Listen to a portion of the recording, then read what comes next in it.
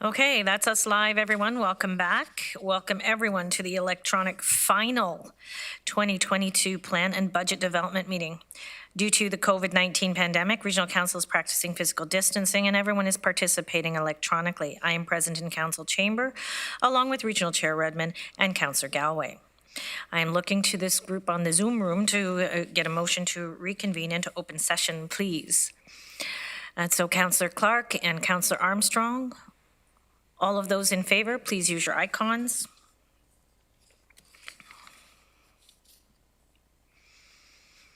And that is carried. Thank you. I look to Mr. Short to do our roll call, please. Thank you. Chair Redmond. Present. Councillor Armstrong. Present. Councillor Clark. Present. Councillor Erb. Present. Councillor Foxton. Present. Councillor Galloway. Present. Councillor Harris. Present. Councillor Jaworski. Present. Councillor Jowett. Present. Councillor Kiefer. Present. Councillor McGarry. Present. Councillor Nowak. Present. Councillor Shantz. Present. Councillor Strickland. Here. And Councillor Vrbanovic. Present. And we have regrets from Councillor Rents. Thank you. Thank you, Mr. Short. I would like to acknowledge that the land on which we gather virtually today is the traditional territory of the Haudenosaunee, Anishinaabe, and the Neutral people. We acknowledge the enduring presence of the Indigenous people with whom we share this land today, their achievements, and their contributions to our community. I'm looking to the Zoom room to see if there are any pecuniary interest under the Conflict of Interest Act. Seeing none. I guess I'll quickly start with some opening remarks to get us set up today. Well, good afternoon, everybody. Welcome to today's final 2022 Plan and Budget Committee meeting. Before we begin, I'd like to start by thanking my fellow councillors, staff, and also the members of the community who might be watching at home. Today certainly is a significant day for us, and a lot of work has brought us to this point. If you cast your minds back, you'll remember that our first 2022 Plan and Budget Committee meeting was held way back in the summertime. Since that first meeting, we've heard from the community and we've received many briefing notes from staff who have diligently answered our requests for further information. I really want to thank them for the responsiveness through this process. This has been the most back and forth thing I've ever lived in a budget, so I'm really pleased with that. That shows democracy in action, so thanks everyone for their endurance of this process.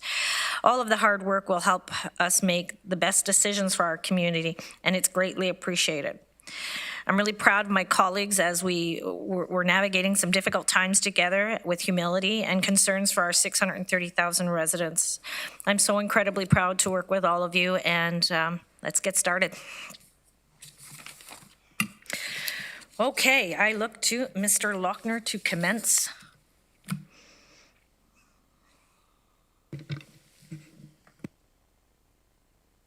Thank you, Chair Jowett. I'd like to start today by recognizing the residents of Waterloo Region, all 630,000.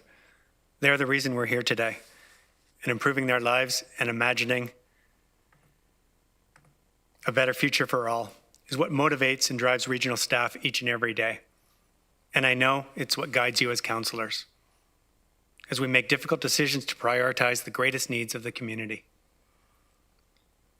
We began the development of the region's plan and budget for 2022 last June with a conversation about what world-class means. Commissioner Regier presented on the key elements of world-class communities, and we spoke about how fortunate we are to live in such a richly diverse and dynamic community. While there was much discussion and difference of what world-class means to everyone, one thing that was clear and common was that world-class has to be for everyone. A world-class community is an equitable community, a community that is inclusive and values all people, their needs, and contributions. The path forward requires all systems, all sectors and governments, including the region and 7 area municipalities, to work even more closely together, everyone doing their part. Today, I'm very proud of the work that regional staff, together with community input and council direction, have done to develop this plan and budget. We can go to the next slide, please. The This plan and budget includes more than $152 million to support people facing the greatest housing barriers by accelerating affordable housing to create 2,500 affordable homes in 5 years, delivering a portable rent assistance program, and improving shelter capacity. This plan includes a $10 million investment that builds on the $5 million investment in 2021 to deliver initiatives that improve the social and economic health and well-being of Indigenous, Black, African, Caribbean, racialized, and other marginalized communities. The plan includes $2.5 million to build critical organizational capacity for climate action. The plan includes $191 million to expand and maintain public transit. It includes investing $2 million to modernize public service, to improve the resident experience, adding 2 fully staffed ambulances to serve the community, and expanding community paramedicine.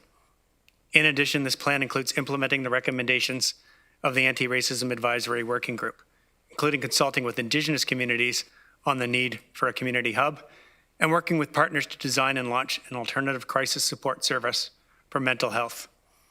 We can go to the next slide. Overall, in 2022, the region of Waterloo is investing more than $375 million in upstream programs and services. Upstream is a term that has many meanings. Most importantly, that it supports people before they're in need of crisis support. Upstream services and supports are things that positively impact the social determinants of health. Things like high-quality childcare, like affordable housing, income and employment supports, public health services, community seniors programs, supports for newcomers, crime prevention, community justice, and access to transportation. Again, I'm proud of the work staff have done to prioritize these resident needs in the region's plan and budget. We can't build a world-class community without building more equitable futures for all residents in Waterloo region and without maintaining the critical services that the region has become known for. This historic plan and budget for 2022 is foundational for that. It's an investment for today, for tomorrow, and for future generations. Thank you, Madam Chair, and I'll now turn it over to Mr. Dyer to lead us through the agenda items for today.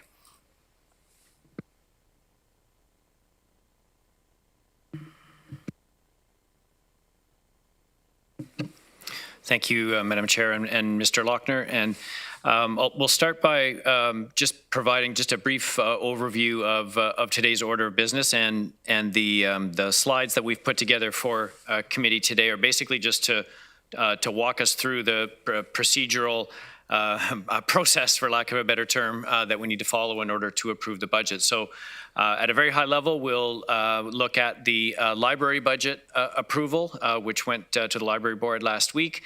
There'll be recommendations and motions with respect to the Waterloo Region Police Services budget, which was approved at the board this morning. We have one staff recommended budget adjustment contained in the briefing note relating to additional provincial funding for children's services. We have an additional briefing note which answers the questions and requests for information which were made at the previous meeting on December the 8th. And at that point, Council will introduce the main budget motion. There are some motions for budget adjustments that we're aware of that we've included in the package today. And then finally, approval of the tax-supported operating budget and capital program, as well as user fees and charges. So we'll start off, Madam Chair, with the library budget. And unlike previous presentations, I think it's probably most efficient to go through each item one at a time. I'll speak to it briefly and then turn it back to you, Madam Chair. So starting off with the 2022 library budget, shown here at a summary level, $2.6 million property tax requirement in 2022, which is a reduction of approximately 4.5%. And the motions approved by the library board are found on slide 7, as you can see at their meeting on December 8th, a motion to approve the operating and capital budgets, as well as approval of the elimination of overdue charges as of January 1st, 2022. So, Madam Chair, I'll turn this over for you, and it will be appropriate for Budget Committee to consider this recommendation at this point. Much appreciated, Mr. Dyer. I'm looking to the councillors for a motion to accept as written. Thank you, Councillor Foxton, and seconded by Sorry, I can't see anymore. Thank you, Councillor McGarry. All those in favor?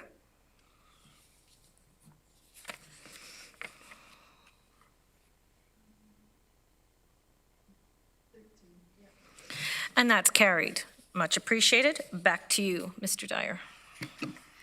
Thank you, Madam Chair. The next item for today is the Waterloo Region Police Services budget. We have a couple of slides to go through with you on this. So if we move to the next slide, this was the resolution that was passed by the Police Services Board this morning at its meeting. Approval of the budget with a net levy of $195,760,000. This is about $2.1 million lower than the amount that was presented to Budget Committee back on November 29th, and also a separate resolution to approve the 10-year capital forecast. A brief overview of the numbers before we get to the motions. Overall, an expenditure budget of approximately $219 million. You can see the property tax requirement here.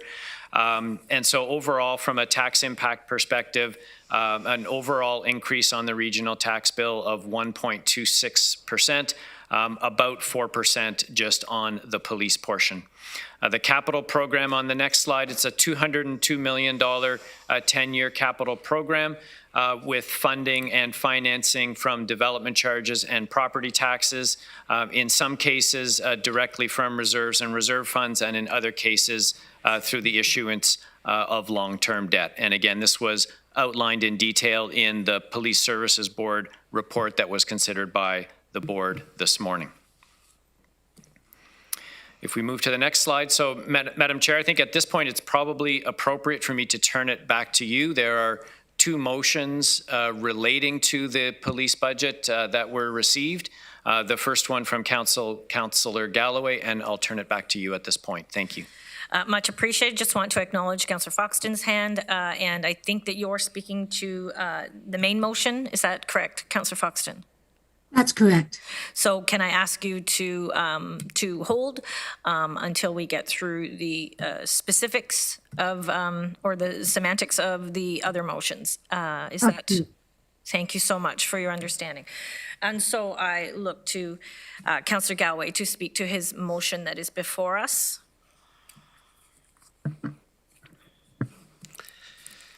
Well, thank you very much, Madam Chair and members of the committee. First, I want to thank the three council colleagues who sit on the Police Services Board. It's a difficult job, wearing two hats.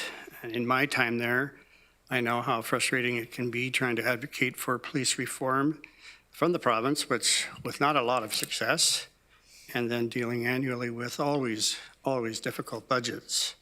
There's nothing personal involved in the proposal that we're putting forward, or certainly not in our remarks. I also want to extend thanks to the other members of the Police Services Board as well for their efforts. And I do want to acknowledge, very importantly, that the Waterloo Region Police Service is known to be one of the most innovative and progressive services in Ontario, if not in Canada. But unfortunately, like all other services, is stymied by an antiquated legislative and regulatory framework, which our proposal tries to address. So firstly, in terms of the budget itself, so Madam Chair, there are three elements to the proposal that Councillor Clark and myself are putting forward at this time. And it's important to understand that all three elements do work together. So firstly, in regards to the police budget itself, it's been my position both here and when I was on the Police Services Board that the system has some serious fractures and both financially and is unsustainable, not just financially, but also from an outcomes perspective. I want to be clear, perfectly clear, that it is the system that is fractured. Police staff, with almost no exceptions, are very dedicated people. On the outcome sides of the ledger, the unsustainability is marked by incident clearance rate problems, staff well-being issues, disproportionate harm to racialized and marginalized groups, and volatile citizen sense of safety. On the financial side, the unsustainability is marked by annual budget increases close to 2 times the rate of inflation. The new ask that we've received recently in the last couple of hours today from the Police Service Board that essentially changes around the hiring of the new staff to later in the year and uses more reserve funds. These are both unsustainable practices.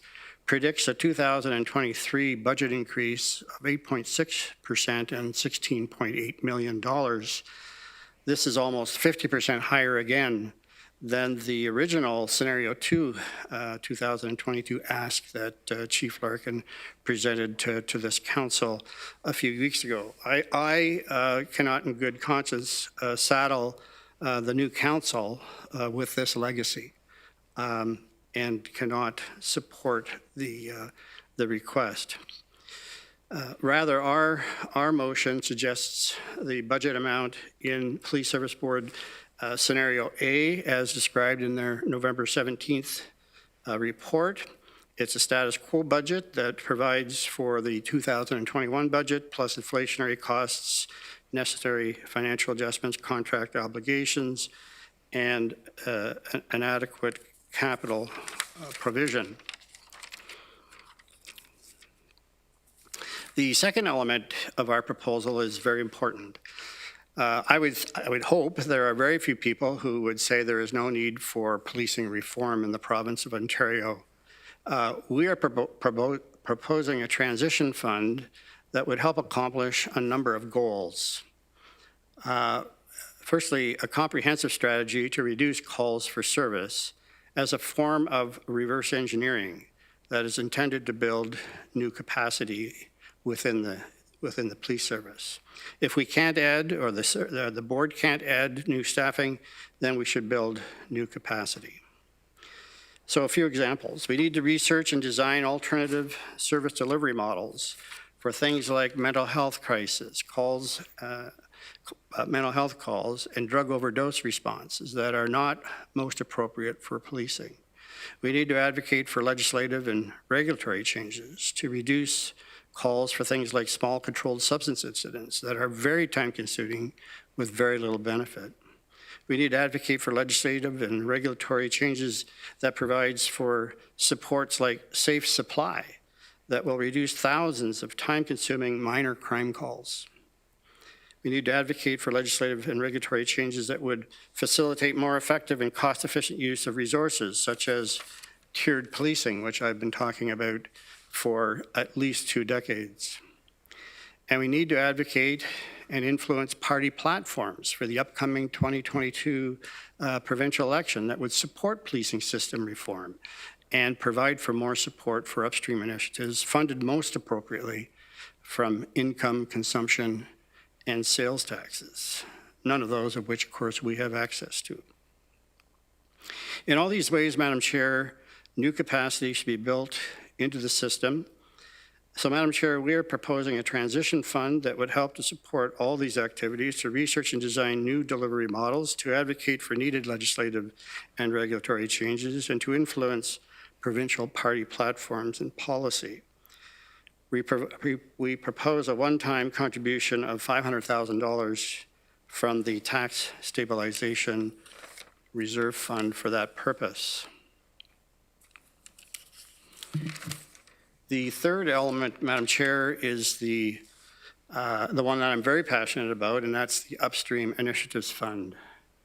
While the Transition Fund I've just described deals in the short term, the Upstream Fund is a longer term strategy. The evidence is empirical and overwhelming. Investments in upstream work that deal directly with the social determinants of health and root causes of crime not only improve first and foremost human outcomes, but also have a 7-to-1 financial benefit, a minimum. Upstream initiatives in time become self-funding. However, it's a long-term strategy and we have to be patient. Here at the region, we are already doing a lot of good upstream work, and Mr. Dyer had a great screen about, or Mr. Lauckner, about all the various work and the investments that we are doing in upstream work. And certainly we can be very, very proud of those, and new ones being considered here today, such as the Affordable Housing Special Levy.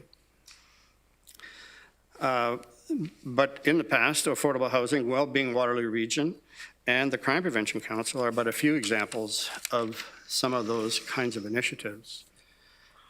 Many local agencies, nonprofits, also do much good work, but so much more needs to be done. A good example of an upstream program would be the InReach program that the Crime Prevention Council had operational with temporary federal funding, which came to an end.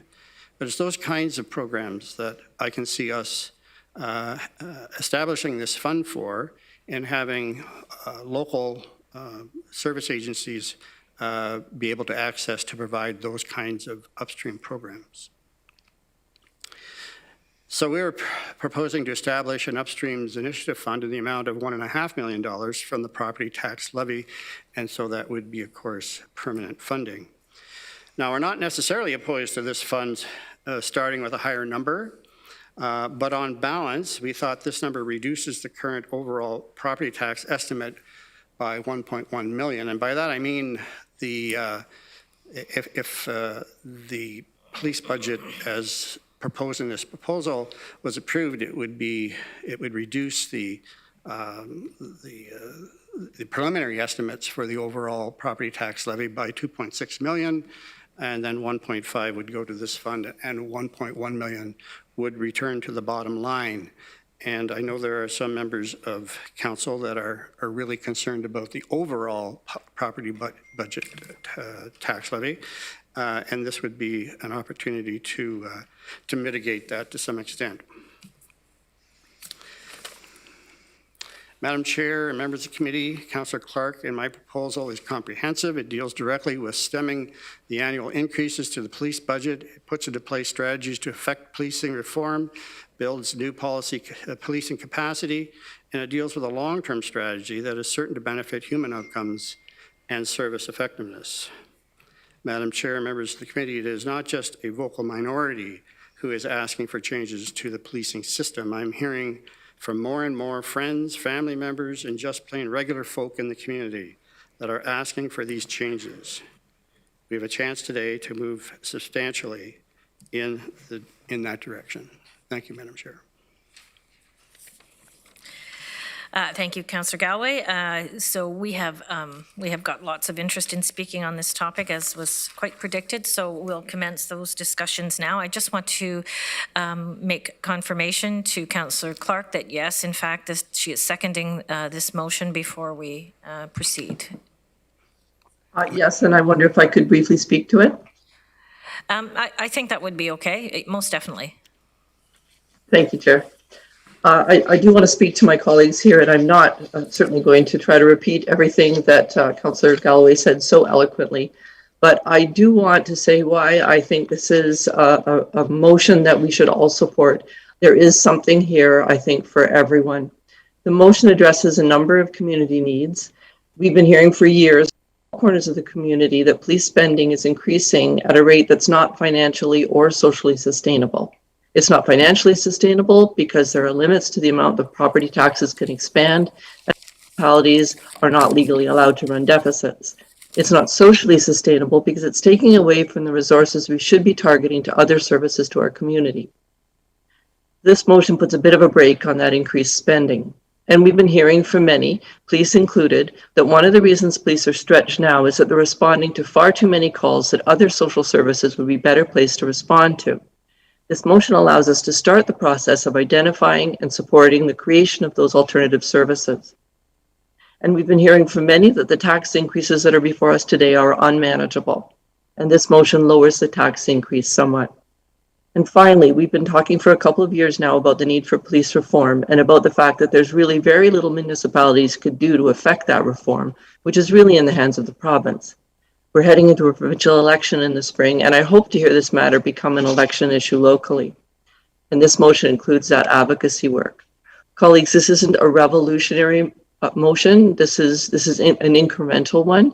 It's small steps, but it's steps that go in the direction that I think we all understand we need to go in. Thank you.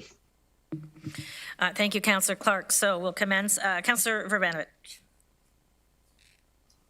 Thank you. Thank you very much, Chair Jowett. And I have a question first, and then, in fact, I think there's likely more similar here than different in many parts. And so, in fact, my motion that's on the table for consideration next, I'll actually be handling as an amendment. But my question first to Councillor Galloway, based on the motion that was on the screen, it's two things. If I understand the numbers correctly, your motion is looking for approving an amount that is different than what the Police Service Board approved today. It's approximately a $500,000 decrease from that, if I'm correct. And I believe certainly in the original notice of motion that was sent to us, it was also directing the police not to do hirings, which I understand is beyond our ability. So I'm wondering if you can comment on that. Well, you're incorrect. There was no reference to no hires. In the motion, the original motion, of course, had to be changed because the police board changed its ask, which it had every right to do. But no, there was no. There's no. If this motion were to pass and the 195-207 passes and the police board wants to hire 10 or 15 officers, they're certainly free to do so. Okay. However, from a process point of view, and maybe this is a question for Chair Redmond, at this point, this would be a different amount than what the police board approved. My understanding is our ability as a council is to either accept or not accept the police board budget, but not to actually make financial adjustments on that. Can you respond to that?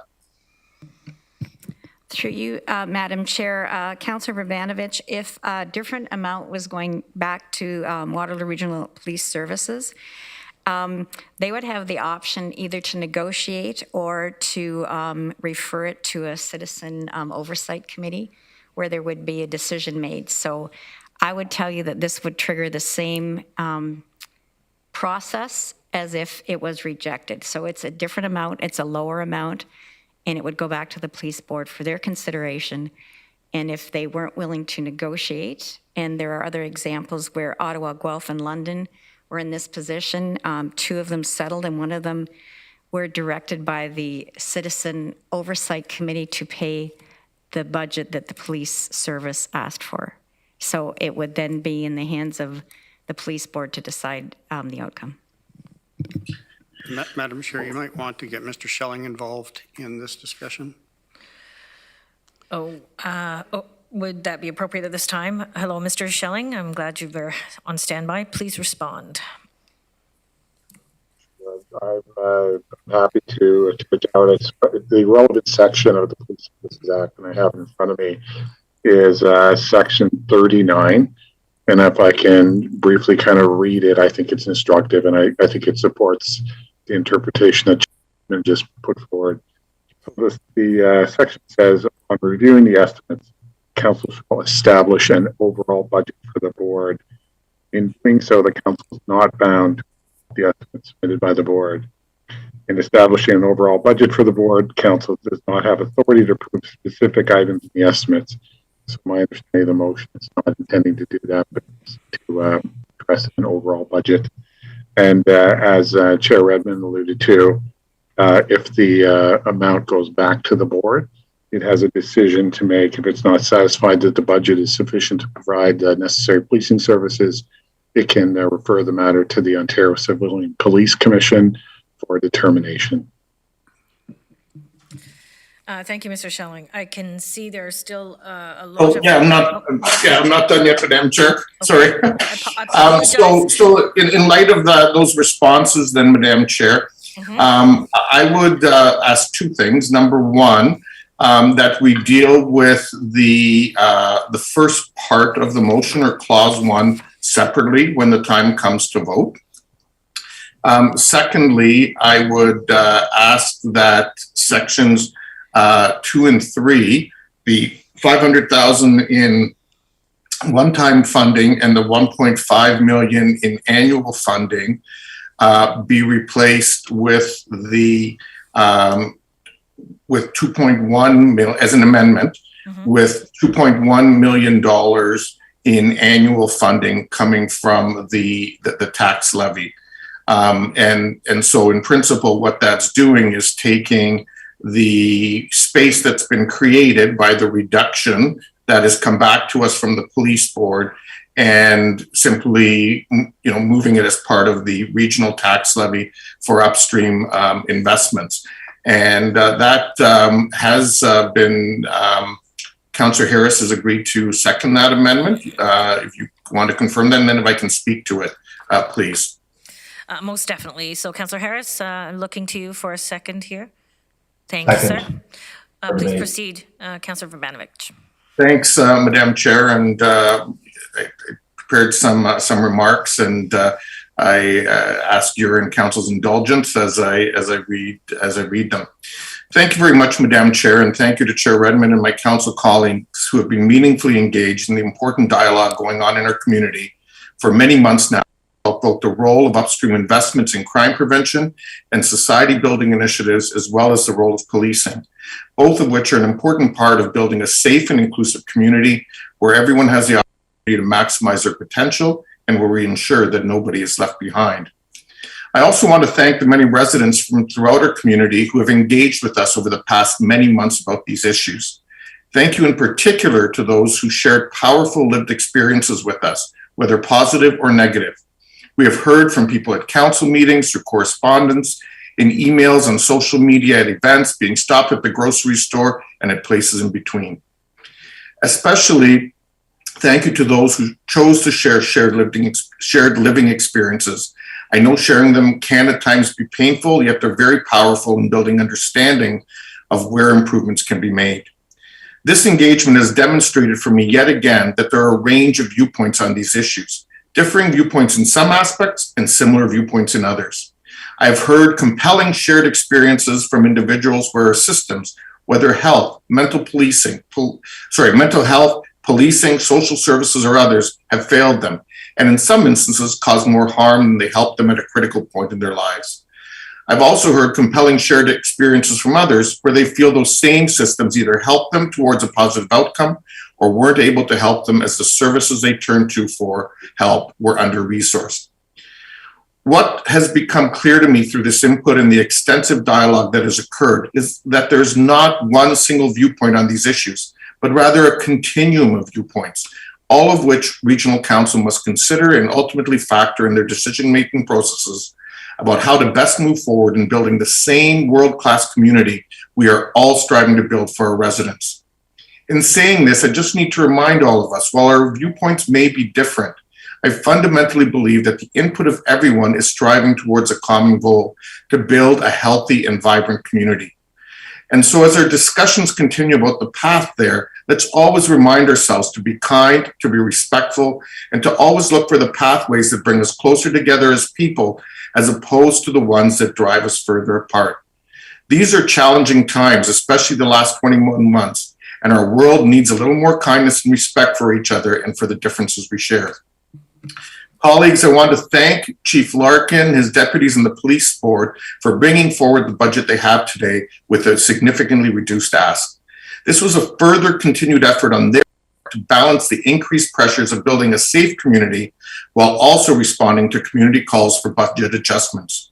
In fact, in looking at police budgets from 2001 to the present, from 2001 to 2018, we saw increases that ranged from 1.95% to 10.27%, averaging 6.12% per year. During this term of council, we have seen an average increase of 4.96% per year, a reduction of more than 1% each year. That has meant they've already seen $1.9 million in reduced budgets each year, or approximately 8 police officers each year that weren't hired. I share these statistics not to say, look, under Chair Redmond's leadership, we've done great this term, or previous terms have not. In fact, I applaud the decision makers of the past for having had the courage to make the difficult decisions necessary at that time based on the information available to them.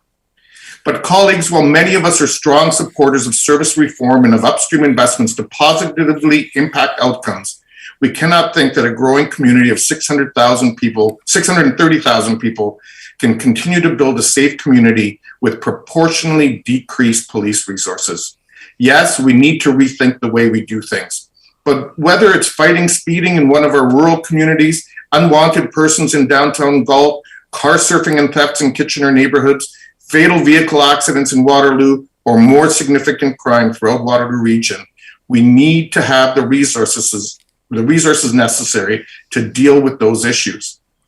And while we talk about first responders, including police, as heroes in one breath, we can't be challenging their value or worth in another. Yes, I know some will say there are a handful of bad people or poor performers in their profession. True enough. But just like we don't judge every retailer, teacher, lawyer, doctor, tech worker, or anyone in the actions of those who discredit their professions, we can't do the same in policing either. Folks, whether we're talking about police, firefighter, paramedics, or other first responders, these are women and men in our communities who make sacrifices for the safety and well-being of each of us in our society in those critical moments when we need them the most, doing the things that most of us are prepared to do the least. These are people who leave their families ahead of their shifts, knowing that on that day they may be putting their lives on the line to help us.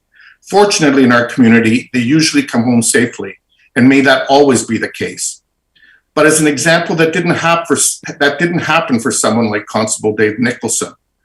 I raise this because the women and men of Waterloo Regional Police Service are our fellow citizens, and they're humans, and as of late, they've been put through immense negativity, disrespect, and at times downright abuse. This vilification of the very same people we look to for support in moments of crisis needs to stop. It's not healthy. We're fortunate to have one of the most progressive chiefs in the country with Chief Larkin. Is he perfect? No. But which one of us is?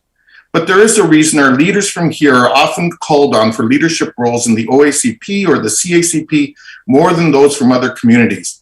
There's a reason why groups like the Crime Prevention Council locally is respected nationally and internationally. It's because we do great things in this community and we punch above our weight provincially, nationally, and internationally. And it's time that we speak proudly of that, celebrate that, and continue building on the legacy of good work that comes out of this region. In saying all this, I now want to briefly speak of allocating dollars for a yet-to-be-determined program of upstream investments in alternate service delivery. Coming in today, the total proposed regional budget ask was 4.6%, 3% for other regional services, and 1.6% for policing. Normally, the reduction in the police ask would see council either take those dollars and apply them to decreasing the levy or potentially invest in other priorities areas. But my motion and that of Councillor Galloway looks to invest those dollars in upstream investments in alternate service delivery. There is a difference in quantum between us. I propose to take the entire amount that's been saved and invest in these initiatives. Councillor Galloway is proposing that some of this go to upstream investments and that the rest reduce the levy. Colleagues, I would argue that the full savings that have been realized need to be reallocated to these upstream initiatives or alternate program delivery mechanisms. The difference between our two proposals is approximately $600,000 per year, and with the $500,000 in one-time funding that Councillor Galloway proposes, means that the amended motion would result in $5.5 million more in upstream investments over 10 years. Some won't be happy that we have not further brought down the police budget, but I believe that if we don't at least take the full extent of the savings that we've realized, we will truly not be reaching the broad views of what the community is calling for in terms of upstream investments. Finally, I don't believe that today is the day we can formulate these new programs. I believe we need to direct our CAO to go away and come back with a series of recommendations for both short-term and long-term of how to use these dollars for upstream investments, and alternate program delivery. Maybe it's more mental health workers responding to calls. Maybe it's a return of our former anti-gang program in Reach, which Councillor Galloway also mentioned. Maybe it's youth mentoring programs or additional supports for the Connectivity Table initiative. Maybe it's looking at more initiatives like safe drug supply or implementing the kinds of ideas we saw from the Iceland model. Mr. Lauckner should go away and speak with community organizations and community partners working in this space and the area municipalities to see how we can leverage the proposed $21 million investment over 10 years and truly transform lives here in Waterloo region. So colleagues, I thank you for your patience, as I know I spoke at length, but this is a difficult, complex issue with much that needed to be said. In ending, I want to share the words from a couple of plaques in my office. One is entitled Priorities. 100 years from now, it will not matter what my bank account was, the sort of house I lived in, or the kind of car I drove. But the world may be different because I was important in the life of a child. And finally, the essence of success. Successful is the person who has lived well, laughed often, and loved much, who has gained the respect of children, who leaves the world better than they found it, who has never lacked appreciation for the earth's beauty, who never fails to look for the best in others or give the best of themselves. Colleagues, today we have a chance to be important in the life of a child, in fact, a generation of children, and to live the essence of success in our community. I encourage us to have the courage to embark on that journey. Thank you very much. Thank you so much, Councillor Vrbanovic. Of course, we would expect a good engagement on this conversation, and that's what we owe our constituents. So I'm really happy to see how many people are looking to do that. I'm trying to organize this as best I can so that the flow and the information is not only respectful as we are, but certainly so that we can perpetuate a strong information exchange without distraction. So that being said, I look to the floor. You've got your hands up. We have the order written down, but I am looking to the floor to ask you if you can put your hand up physically to tell me that you want to speak to Councillor Vrbanovic, Vrbanovich's amendment to the motion, okay?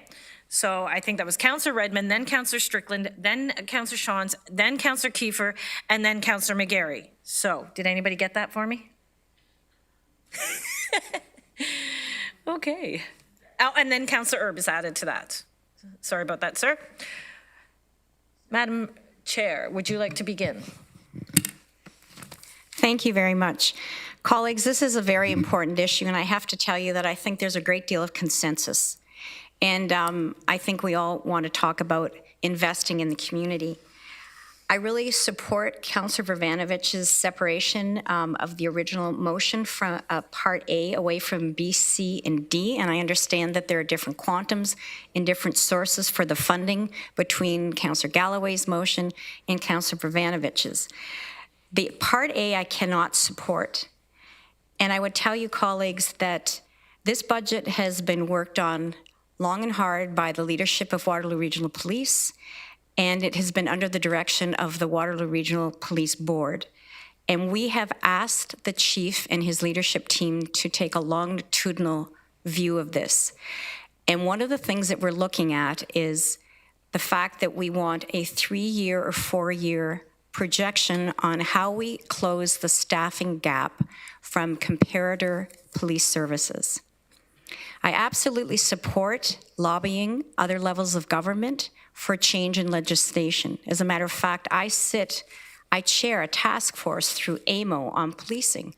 And I have to tell you that the challenges that we are talking about and identifying here are the very challenges that we discuss on a monthly basis at length at the police board, and they are also common amongst other police service boards, whether it's the OPP or a police service board similar to ours.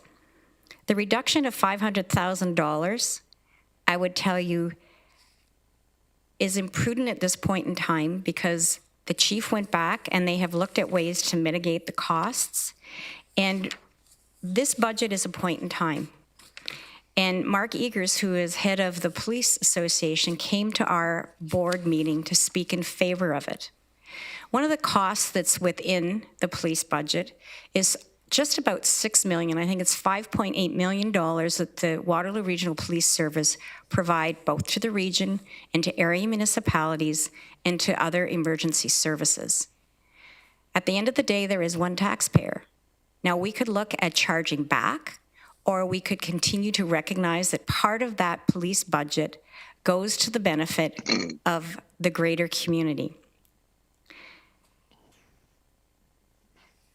One of the other things that we did that is, and it was in partnership with the police union, was getting rid of lifetime benefits, which came at a cost because it was negotiated, but we were the last police service in Ontario that had that.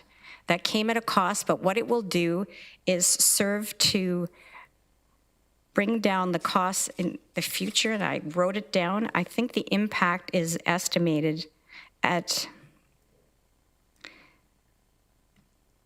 sorry, I've lost that statistic, but it's a significant impact and a significant reduction in future police budgets.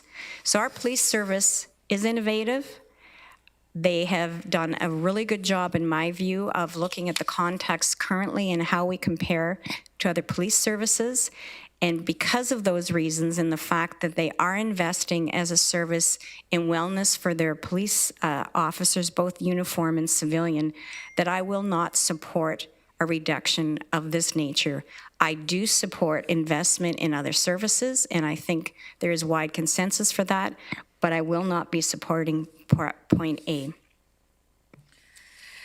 Okay, thank you, Councillor Redmond, Chair Redmond. I'm now looking to the floor, and I want to make sure I've got this right.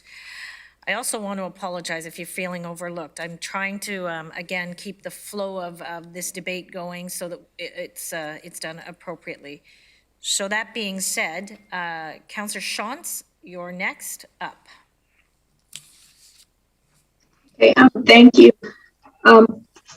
And thank you to the councillors who have spoken ahead of me. There has been a lot said that I'm certainly not going to even try to repeat. But what I do want to talk about is the size of the region and the growth in the region. And Chair Redmond alluded to that this morning we heard that from 2004, had, and I'm not sure if I've got these figures all right either, I wrote them down quickly, at 50% increase in population. And we're working with approximately the number of police officers per 100,000. So that's 17 years. In the next 9 years, the region's set to expand 50% again. And if we are to wait to deal with the increase in crime that comes along with that growth, we're just going to be behind the eight ball. And so we need a plan, as Chair Redmond said, to sort of catch up on some of those places where we're missing. And based on our peers, even with this budget that has come in front of us today, the police service will still be approximately 65 officers short compared to their peers of a similar size. And so how I'm trying to look at this is to balance the need for upstream investment, which I fully agree with. I think upstream investment will make a better society all around. So I think we're all on the same page there. But there have already been asks from the police service that have not been fulfilled. So in my mind, I'm looking at it as already having been decreased. I do have a question actually for staff, because the discussion here is about upstream investing, and we're talking about $1.5 or $2.4 million to put into upstream investing. But I've also heard that we're already putting in $16 million additional funding into upstream initiatives in this budget that is going to carry on going forward. And I wonder if staff can confirm if I read and or heard that correctly, and if they can speak a little bit to what that $16 million is being invested in. So I appreciate that, Councillor Shantz. I'm kind of looking to see if anybody's got the specific math there. Do we have that, Mr. Dyer? Do you have that easily accessible? Here it comes. Through you, Madam Chair, I understand that figure, I believe, is the combination of the additional funding in the budget for housing and the additional funding in the budget for the equity investments.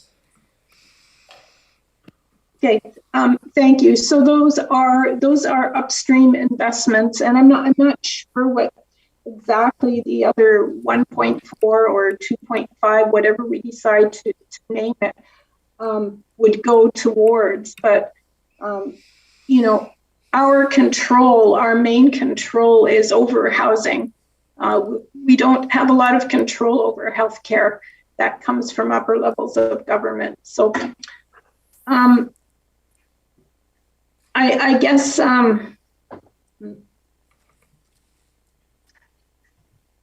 yeah, I guess in summary, I think that we're already trying to balance the police needs with our upstream investments, and I think we've done that in a good way.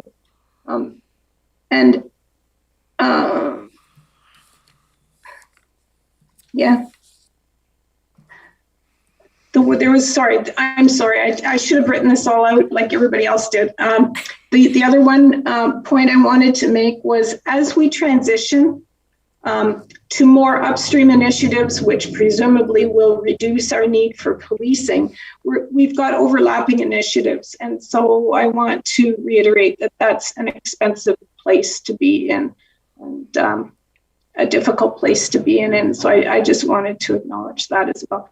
And I think I'm going to end right there. Thank you, Councillor Shantz, and understandably appreciate your commentary.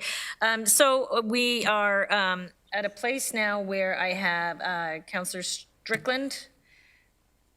You are up.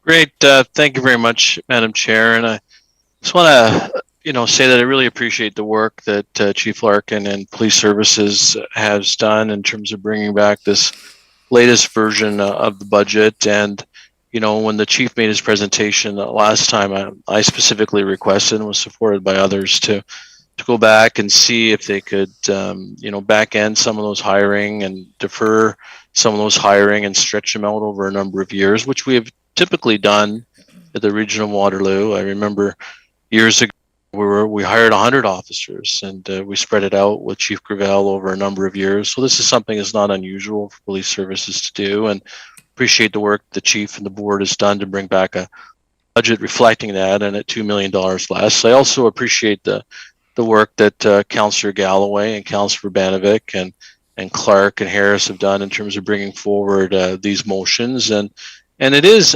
certainly a different environment for the region of Waterloo in terms of establishing a police budget. And it's kind of been a culmination of different pressures over a number of years.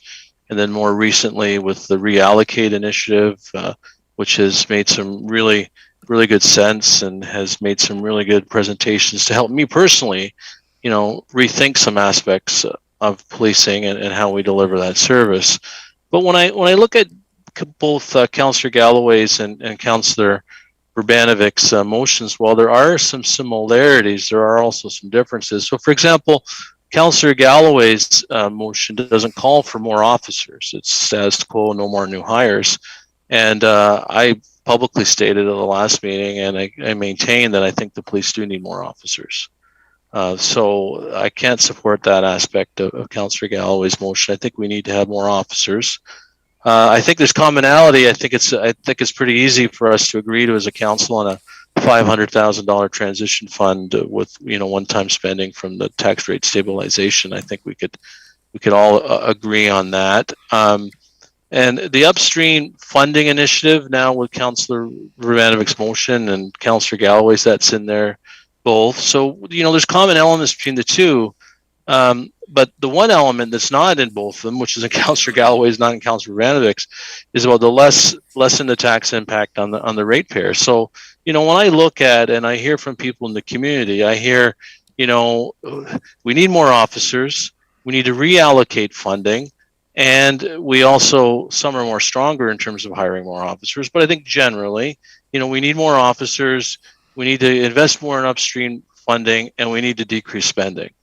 And so my approach to this would be that we would take the budget that was presented by the police services today, and that establish the $500,000 fund one time from tax rate stabilization, and then take $1 million and invest it in upstream funding, the remaining 1.1 million, and reduce the levy. So that way the chief's getting the officers, we're investing more in upstream funding, we're putting money in transition funding, we can look at different ways of delivering the service, and we're also reducing spending from what the police originally proposed. So I will leave that to you, Madam Chair, and how you want to characterize that as an amendment to the amendment. I don't know actually where we're at right now in terms of the resolution on it as a whole, but I would suggest maybe others weigh in and share their views. But essentially, if it can boil it down, I would support the police services budget and establish that $500,000 one-time fund. Take $1.1 and reduce the levy and invest $1 million more in upstream funding. So we don't have to send the police budget back, but we take that savings and allocate it appropriately. Thank you. I appreciate that, Councillor Strickland, and clerk's office. Clerks are working their way magically behind the scenes to, just like elves, if you can imagine, to construct our process through this. I am following the bouncing ball and do appreciate that this is a very, very important conversation. So I'll continue to do my best to stay on top of all of those things. So I believe that our next speaker is Councillor Kiefer. Thank you, Madam Chair. And we're speaking to the amendment or to the amendment to the amendment. Can you clarify for me? Now I think you could speak to anything you like. I think that might be the way to move forward. I was afraid you were going to say that. Mm-hmm. First of all, let me just say that the point that Chair Redmond was trying to make in terms of the the lifetime benefits, where she was looking for the figure, I believe it was 95,000 per individual net savings. I think if that's correct, Chair Redmond, I'm not sure, but I think that was yeah. So she's got thumbs up. So that was that figure. But what I want to speak to is the fact that the police services board and the police service and Chief Larkin and his team have been working tenaciously at this budget. I mean, we're tasked to put forward a police service that deals with we deal with the policy and the financial aspects, but we're tasked with putting a safe police force out there to keep the safety and health and well-being of the community. Now, in Councillor Galloway's delivery, and also in Councillor Vrbanovic's delivery, I forget which one talked about the system is fractured. The system is provincial, and that's the elephant in the room, the province. I think I'm very much in favor of the upstream investments. I think that has to be. But as far as the rest of it goes, I think we're investing in a police service, in a police service budget and a police service for down the road, as well as this year. Like the old Midas muffler commercial, pay me now or pay me later. But anyways, that's just as an aside. I feel very strongly that we need to put forward the budget as proposed by the Police Services Board. And there's lots more I could say, but I'll reserve my call here. Thanks. Thank you so much, Councillor Kiefer. And I believe after that is Councillor McGarry. Thank you, Madam Chair. And not that we Cambridge councillors stick together, but here we are, one after the other. I wanted to have say a few things, and I certainly wanted to acknowledge the many passionate comments and pieces of correspondence about the police budget that we've been receiving from many residents in our community. And thank you very much. And I even had several more today from Cambridge residents. I acknowledge also that we're dealing with safety of our community, staffing of the police budget. And I would say that the Cambridge residents overall are telling me that they don't feel that the expectations for their expectations for response times from police at this time meet their expectations, fairly often.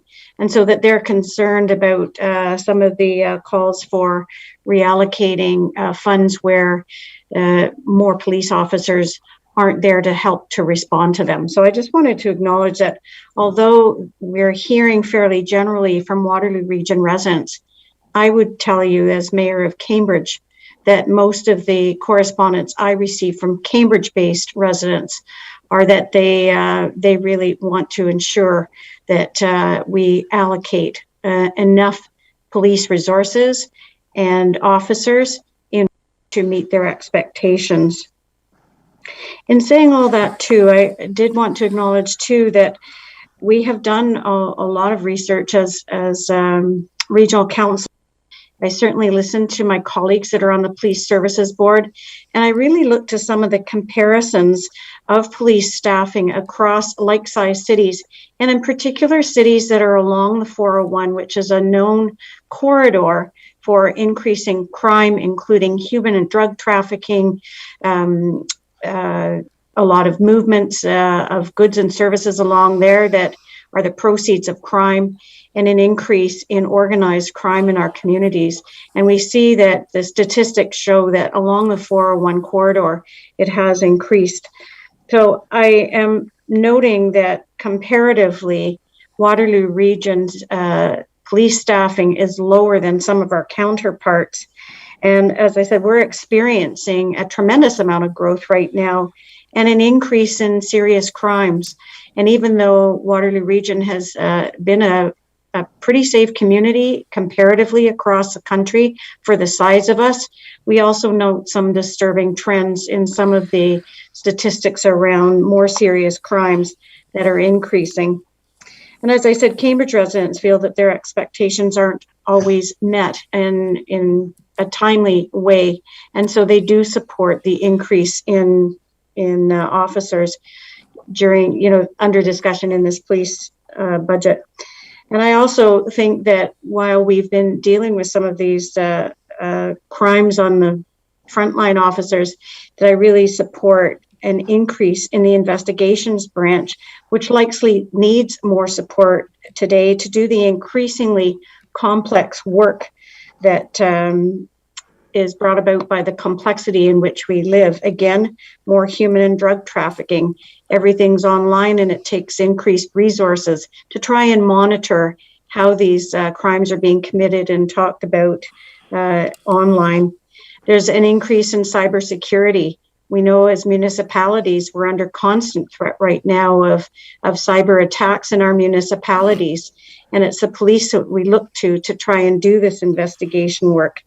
Thefts and break-ins have been on the rise. And that's not only just a statistic, but when you look at the individual toll, it's incredibly traumatizing to awake at 4 a.m. because somebody's either in your residence or on your front porch, or breaking a window to get into your home. And the first thing that you want to do is call the police. And that trauma to residents can actually go on and cause some mental health issues in itself. And so that's kind of the other piece of this. We want to try and prevent some of those traumatizing experiences for our community. I strongly support the police service budget final number that came to us, including the 35 officers. I also wanted to say that I also very strongly support an Upstreams Initiative Fund as a long-term strategy in preventing social harms and improving community well-being, especially as we acknowledge that healthy children are less at risk in the future of entering the justice system and generally have a healthier support system in moving ahead. And I strongly support these initiatives as not only a longtime nurse in our community, but also as a longtime member of the Crime Prevention Council. And as we look to try and bolster our social services support system to try and do that preventative upstream work, I really strongly believe that we do need and one of these initiatives moving forward, but not at the expense of having enough police in our system to do the work. So in Councillor Galloway's motion, I support B, C, and D. I do also support Mayor Vrbanovic's suggestion that we continue to put more money into an upstream initiative fund. And I believe that these are incremental steps to transition time while we and also other levels of government move to ramp up social services and supports. And that includes things like housing, mental health and addiction resources, early childhood supports, anti-racism initiatives, poverty reduction, and I could go on, but these are just some of these examples. And I believe that as we ramp up those supports, that will certainly help to bring about a healthier community and a sense of better well-being throughout it. I don't support that coming at the expense of having enough police officers to adequately resource the work we need to do to keep us as a society safe. Lastly, I did acknowledge that there are individuals that are wanting to send in other social services rather than to police in certain circumstances, which I also strongly support. And that would include mental health workers that go out with police officers. Certainly a program that works very, very well and has already been starting here. But there is a time restraint on some of those social services and their supports and their scheduling. They don't work past 11 p.m. at night. But these supports also need to be in place and a robust safety network for these service providers well ahead of reducing police calls for service. And I'll just end with, a couple of incidences that I ran into when I was a community visiting nurse way back in the 1990s when I was first in the region. And a visiting nurse is on call for the entire region at night at those days. And we were also told that if we were heading out at 3 a.m. to do a call, and especially the downtown cores in any given city in the region, that if we felt unsafe, we would put a call into police to help them accompany sort of a lone female, because we were all females in those days, as an individual going into a dubious situation in order to support a client that needed nursing care in the middle of the night. There's no other person you can call between the hours right now of 11 p.m. and 7 a.m. to help to support the safety of an individual going in to try and serve a client at that time. So I just wanted to put that on the radar because I think in the end, we all want the same things. We want a safer, healthier community, but that should also include the service providers who do this work. So I know it's a long comment, Madam Chair, but in the end, I think I will listen to the rest of what my colleagues have to say about this and come up with what I would support going ahead. Thank you. Much appreciated, Councillor McGarry, for your articulation. I'm going to look to Councillor Foxton right now and ask, are you looking to speak to this amendment? You have waited patiently, and you would, okay, I just want to be sure. I got you. I'm watching you. Okay, good. Councillor Erb, you are up, please.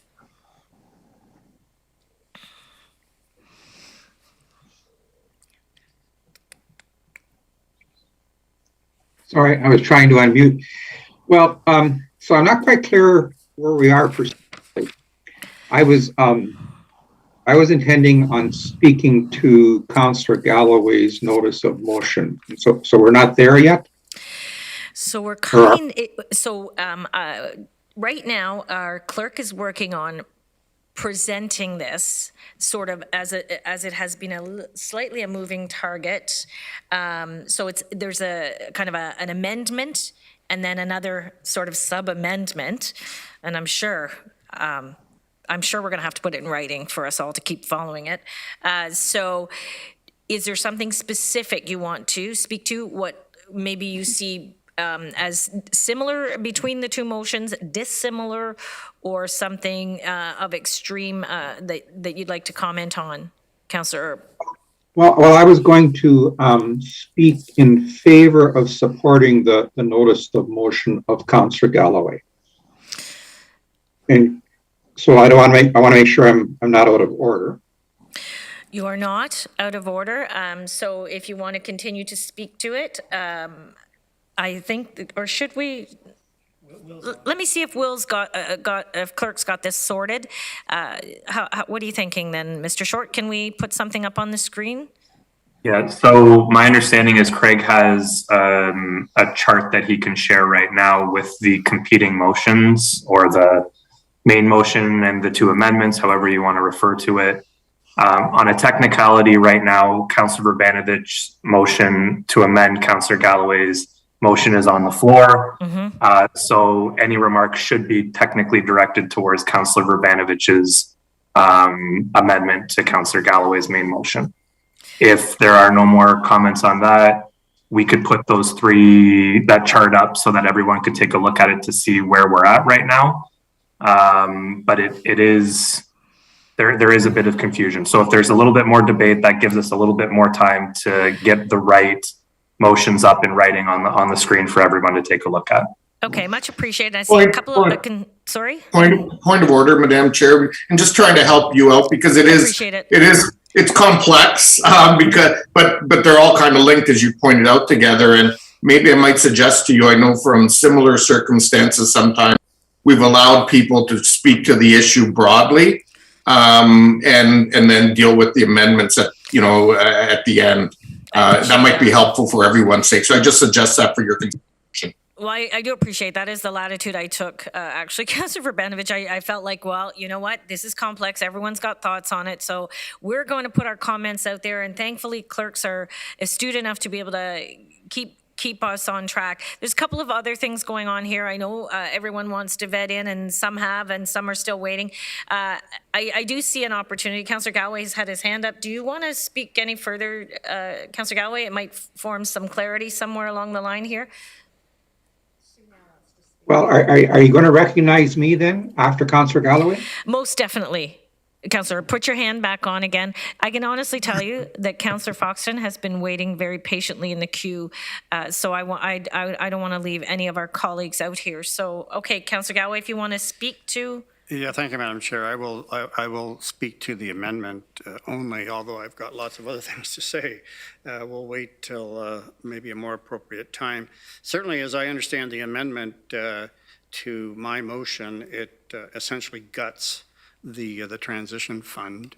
It eliminates it. I think that is very intentional to do that and kind of roll some of it into the upstream initiatives fund. But the essence of the transition fund has been lost. Although I hear from a number of people on council who really want to do that kind of work. So I think we have to be clear what is included in that motion of $2 million, which is going to be called an upstream initiatives fund according to the amendment. There's no transition fund, it appears. It seems to have been eliminated, although from what I hear, maybe some of the activities that were being recommended in my motion have been rolled into that, although I'm not sure, alternate service delivery is an upstream strategy. It seems to be more of a downstream strategy. Emergency response is really a downstream strategy, a good strategy, but not necessarily an upstream strategy. So anyways, I guess maybe we need clarification on that, but that's a huge concern of mine as far as the amendment is concerned. Otherwise, I certainly can't argue with putting more money into upstream initiatives. To that extent, obviously, I would support it. But if it's all one fund and the transition elements have been lost, then that would be a big concern to me. So thank you for that clarity.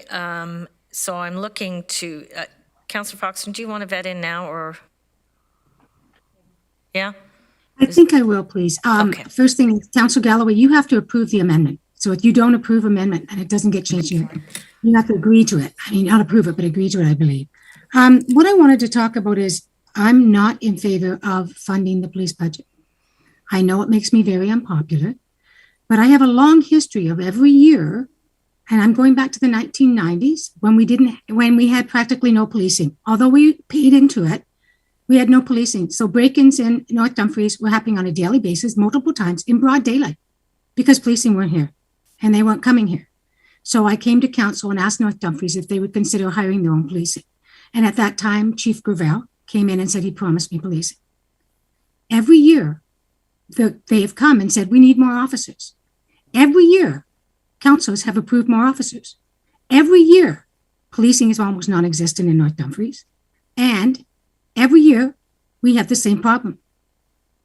Since the 1990s. That tells me something's broken. That tells me you can put a lot more officers on, but the problem seems to be the same year after year. So something is not working. Now, I want to tell you a little bit of history. And Chair, would you please have me timed so I don't run over? Because I don't want to take everybody's time. Yes, so of course. Me, please? Yep. Thank you. So I've had the privilege of having some pretty amazing jobs. One of them was a life skills coach for convicts on parole. I want to tell you about coming in one night, and there was a gentleman. He was a nice gentleman, sitting in the lounge area with the sawed-off shotgun across his lap. And I said, what are you doing? And he says, I can't take it. I can't be out in society anymore. I'm used to living in prison. I can't handle this. We don't train them or we don't help them to improve. We sort of throw them into society and then we label them criminals for the rest of their life. And they wear that branding everywhere they go. And it's really hard to start to think of yourself as a worthy citizen when you've got that label for all time. And sometimes the crimes aren't severe and sometimes they are. But that's one thing. The other thing, the other two programs I worked in was Project Dare. It's development through adventure, responsibility, and education. It was for 14 to 18-year-olds. And they went before the judge, and the judge says you have two choices. You can go into prison or penitentiary, or you can go to Project Dare. And Project Dare taught them their responsibilities for their action. So you were in a cabin with 10 other individuals and staff. If you slept in the morning, at 7 o'clock, everybody's meals put on the table in the main lounge. And if you slept in, nobody gets to eat until you get up. And that backs your whole day because your whole day is scheduled out. All right. So that was one thing. You learned that your actions have responsibilities and bear on. And the other people weren't allowed to ostracize you, but they had the right to tell you what your actions and how it impacted them. And then the next thing on Project Dare was we had to build a project. So the team I was on built a cabin. We had to cut down the trees, debark trees. I loved doing that. That's amazing. But anyways, that's another thing. And they were quite proud of their structure. And it taught them that working together and building something made them feel good. Now, the last part of it was the final phase. And you were taught how to trap and how to create a lean-to and everything else. You were given a tarp, a wire, some matches, and sent out into the wilderness. And you had to survive for 2 nights, overnight, by yourself. Now, we monitored them and everything else, but basically they were left alone. And one gentleman, a young person, found birch bark, and he found a piece of wood and was able to write on it. And you know what he did? His writing, his thought process went to, first off, his basic needs: get the fire going, get the lean-to up in case it snows or rains, catch some food, look for the proper food to eat. And then in the dead of the night, he would think of his past and what had created him. And then he would talk about the future, and he wasn't sure of the future. But he had those times to reevaluate who he was. Now, Project Dare had a 98% success rate. And you know what happened to it? We cut the funding. Let me tell you about Project Arms, which was another one that I worked on. Attitude, responsibility, motivation, and skill.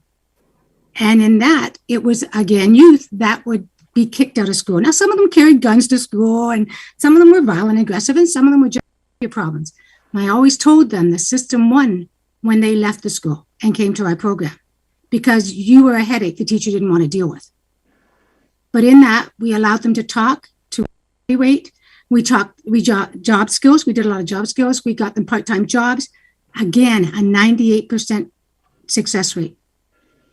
In the prison system, a 92% failure rate.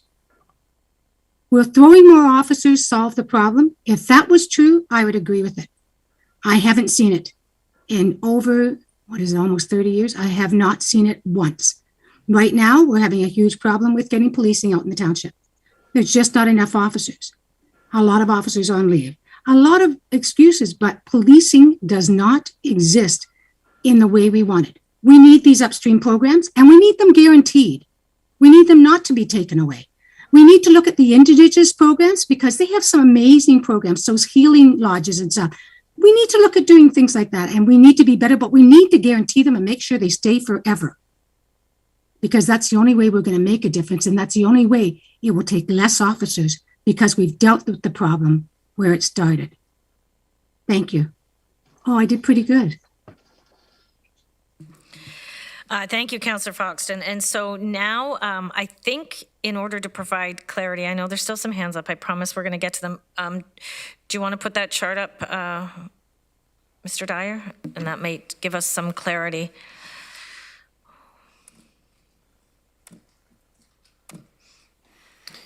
Yes, thank you. Thank you, Madam Chair. Just trying to keep track of the various motions that are happening. If you just give us one moment here, and we'll put a chart that we've prepared. Hopefully, this makes some sense. So just working down from the top, the initial motion from Councillor Galloway, I believe seconded by Councillor Clark, proposed a $554,000 reduction to the police budget and levy. I proposed a $500,000 transition fund funded by the tax stabilization reserve, so no levy impact, and $1.5 million regional levy for upstream initiatives. The amendment, as we understand it, proposed by Councillor Vrbanovic, was to have, rather than a $1.5 million fund for upstream initiatives, we would move into the levy space, let's say vacated by the police through the reduction in their budget approved today relative to the one that was recommended on November 29th. That's $2,069,000. And as we understand it, there'd be no transition fund and no proposed change to the police budget. The suggestion from Councillor Strickland was, again, no proposed change to the police levy, but include the $500,000 in transition funding and an overall levy impact of $1 million. So 3 alternatives with different figures on each, and you can see the overall resulting tax impact on the right-hand side in column F. I hope that's helpful. Very helpful. Thank you so much for pulling that together for us. Councillor Erb, I think you were in a bit mid-conversation there, so I think I'd like to come back to you, and then, of course, look to Councillor Vrbanovic. So let's proceed that way. Thank you, Madam Chair. And so what I was going to do was speak in favor of the notice of motion that Councillor Galloway established. And I think based on Councillor Vrbanovic comments earlier, let's just all have a chance to say our piece and then get into the specifics about the amendments. And so this is my third budget as a councillor for the region. And in the 2 previous years, I've heard both from the public and council members that we said we cannot continue to sustain these increases. But in some respects, we keep kicking the can down the road and seemingly putting off for another term or another year the opportunity to develop some kind of a framework where we can redirect some of the sources to the much needed upstream supports that we need in our community. And I think what Councillor Galloway is trying to get at is to stop kicking that can down the road and begin the process of reshaping some of the components of how we do policing in Waterloo region.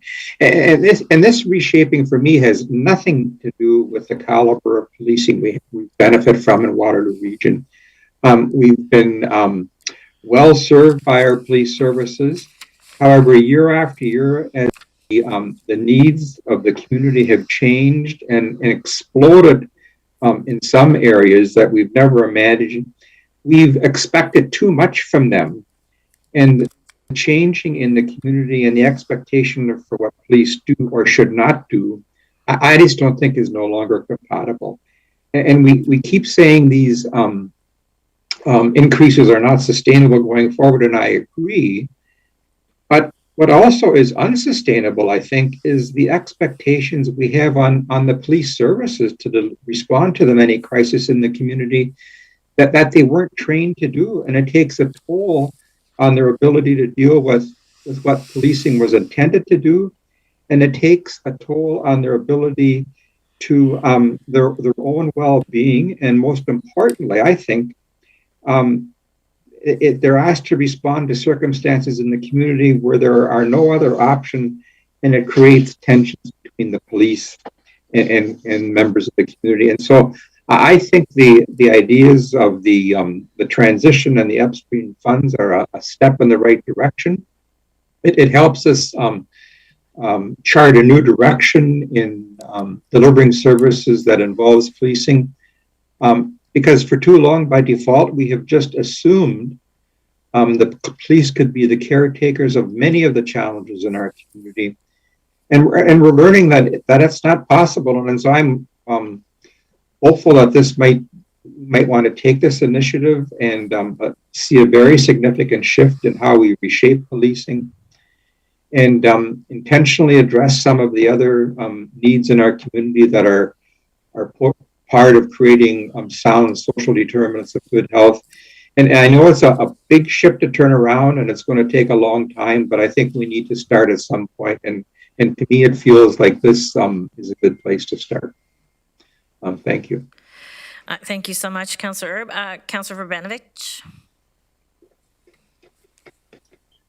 Thank you. Thank you, Chair Jowett. And if I can ask Mr. Brubaker, before the slide that was put up by Mr. Dyer, Mr. Brubaker had asked for some clarification on my motion, and I had shared that with him, and that wasn't reflected in Mr. Dyer's slide. So perhaps that can be put on the screen.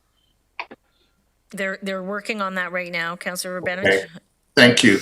And so to be clear, the essence of combining B and C and Councillor Galloway's motion was really to leave the debate and the dialogue around how that 2.1 million is used, that be left to the report coming back from Mr. Lauckner. Mr. Brubaker, the last version that I thought I had sent, and maybe just to clarify that then in terms of amendment, was in fact that the Upstream Initiatives Fund be established in the 2.1 million funded annually from the levy. Okay, so I see how you worded it, inclusive of funding necessary for transition.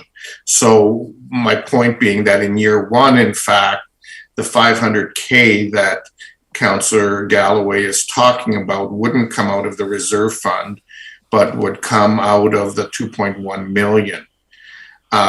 So, in total, the amendment would see 21 million over 10 years going into into this work. And the original motion would see a total of 15.5 million over 10 years going into this work. And so I am suggesting that and urging council to support the amendment with the higher amount. And the only further clarity, because that seemed to be the amendment or the motion as it was originally put on the screen today didn't have a time period for when staff would come back. And so I've suggested that would be by April of this year with recommendations, because, we don't want to see 2.1 million on the table for the balance of the year and not have anything come back till November, for example. Great points. Thank you for that. Councillor Strickland, do you want to bet in here? Well, just Madam Chair, just in terms of procedural, I just wonder if it'd be easier for us to get through this if we treated Councillor Vrbanovic's amendment as a separate motion. I think you could make an interpretation that his amendment is substantially different from Councillor Galloway's motion, or is not necessarily an amendment. And I think that's how we're getting into a little bit of a jackpot here, because I think there's 6 or 7 different elements, and all of us want to support one or two or another of those different elements. I think it's going to be hard for us to get through that. So what I would suggest is that we would deal with Councillor Galloway's motion and deal with it different items separately, and then deal with Councillor Vrbanovic's motion based on the results of dealing with Councillor Galloway's motion he put forward. I think, based on what I'm hearing, that some elements of Councillor Galloway's motion will be supported, some won't, and then some of Councillor Galloway's will be, some of Councillor Vrbanovic's likewise, some elements will be supported and some won't. But if you got it together in one, I think it's going to be hard for us to come to a satisfactory resolution.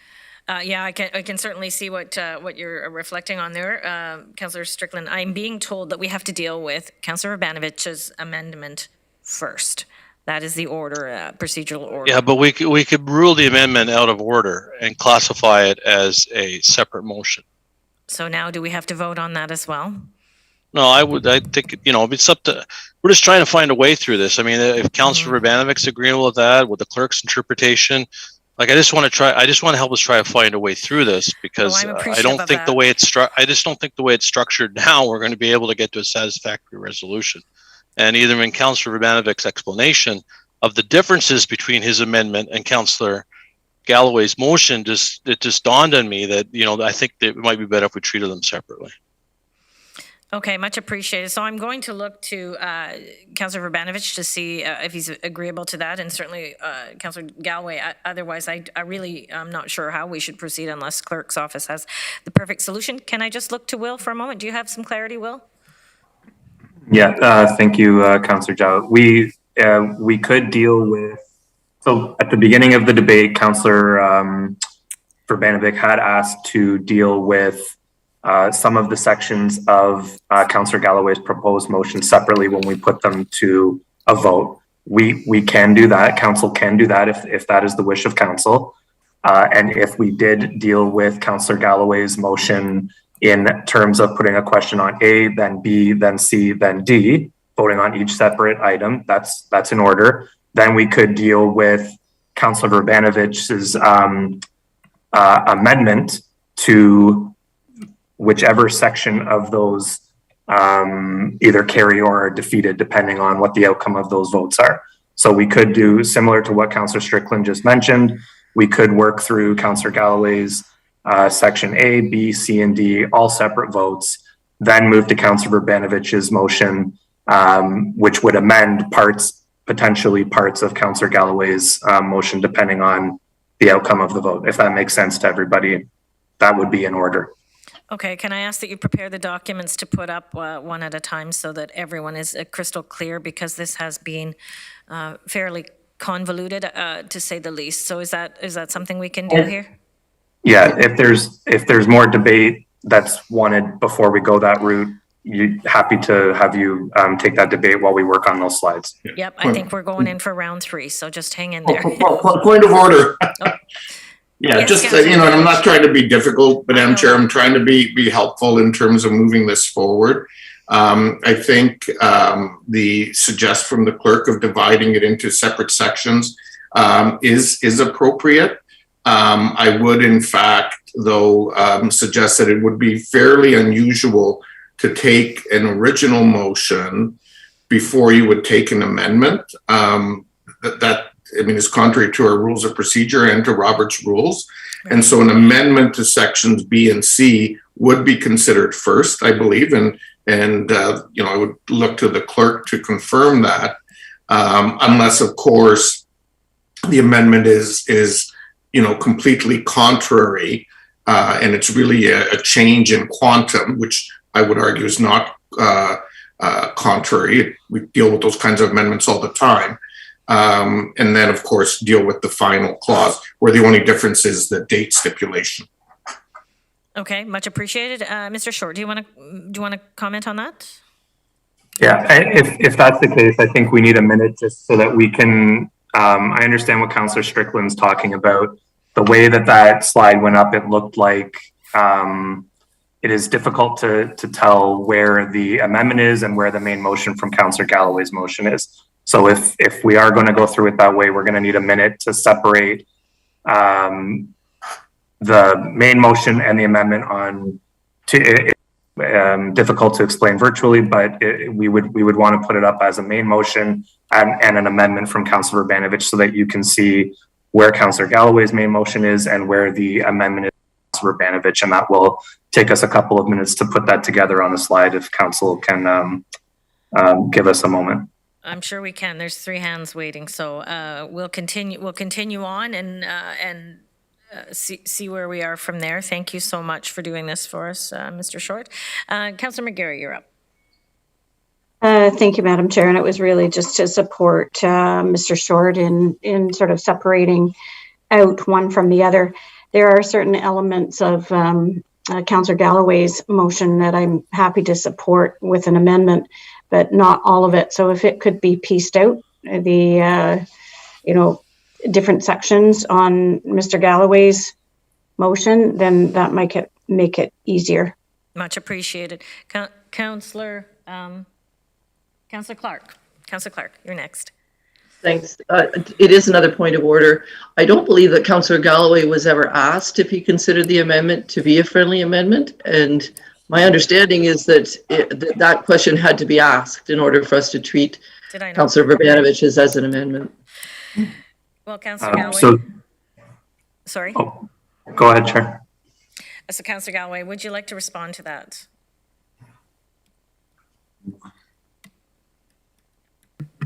Thank you, Madam Chair.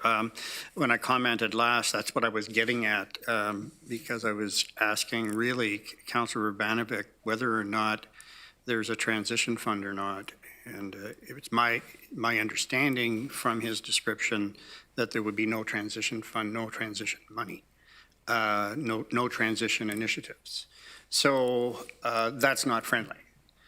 If in fact, his motion includes a transition fund, and he's just increasing the amount of money into the upstream initiatives fund, I would say that's friendly, because I can hardly not support that.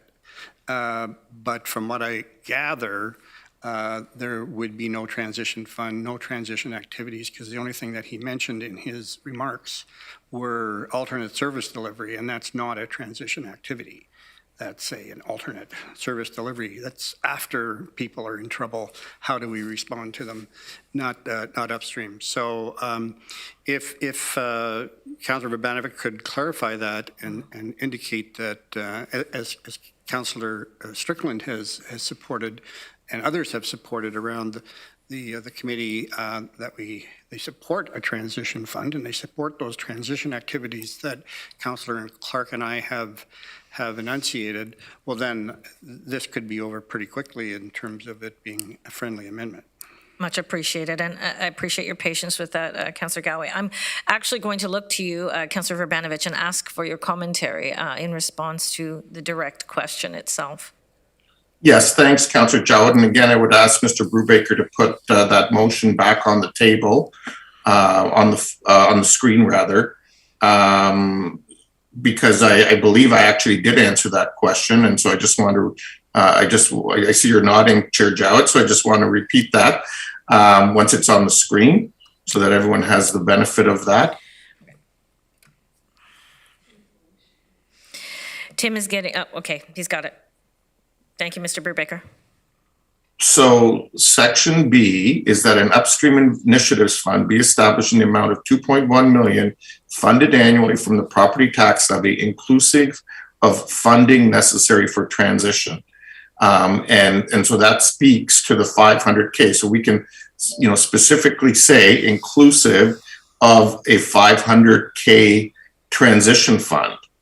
So that would come out of the 2.1 million. It would not be an addition in year one to the 2.1 million, but in fact would be within that 2.1 million. That's still an overall in year one net increase over above 100,000 over and above what was proposed in year one for the original motion when you combine sections B and C.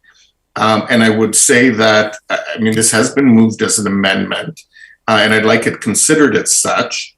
Quite frankly, friendly amendments there are not part of Robert's rules of order, and I know we have a history of utilizing them, but it actually is not a proper mechanism, and it should simply be an amendment that's dealt with, and amendments are dealt with ahead of the main motion.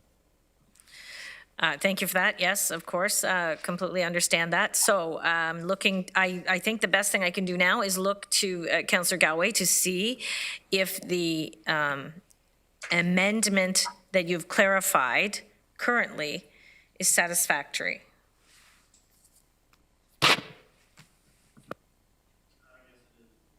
Yes, it is, Madam. Thank you so much, Councillor Galloway. And I just want to make sure that I for the record, so what I understand the amendment is, it's really what I've put forward, what Councillor Clark and I have put forward in two elements is now been combined to one, but there are two distinct funds. The numbers are slightly different than what I was recommending. Councillor Clark and I was recommending. In fact, it's a little bit more, which of course is a good thing. So if that's what it is, then that's very friendly. Much appreciated. But that doesn't mean anything about motion A. Correct. This is only motion B.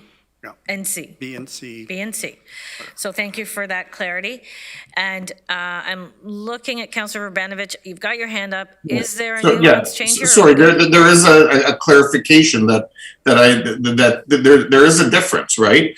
In year one, right, we have 1.6 million for the one fund and 500K for the transition fund, which was a 1 year fund in Councillor Galloway's original motion. In years 2 through 10, or 2 going on, the total amount is 2.1 million for upstream investments. Proceed.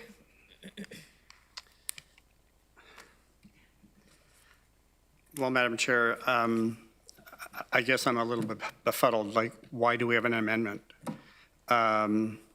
Why did this? Why could we not have just taken each individual one and say 1.6, whatever the number is, 500 for one time? That's what I was proposing. 500 one time for the transition fund. So, Councillor Galloway, I can tell you, I'm not sure why this was overly complicated, except some people are trying to put their own stamp on this. I can honestly. All due point of order, Madam Chair, that was not called for. So I've tried to keep things respectful, and I would urge Councillor Galloway to do the same. I can appreciate, we're all passionate about this particular topic, and I think we need to be a lot more respectful with one another. Let's just try to move forward. We now have to be clear that we have the two combined as one. And let's take our personality out of this and let's look to one another and say, are we both satisfied with it? Because I can tell you something, when a team gets together, not one person or two people own the idea. The fulsome conversation and debate that each one of us adds and contributes to the conversation is what gives us, harnesses the information and gives us the best decision for our constituents. So let's look beyond that. Okay, let's just look beyond that. So I'm going to look to both of you and say, are you both happy with the end result, regardless of the author?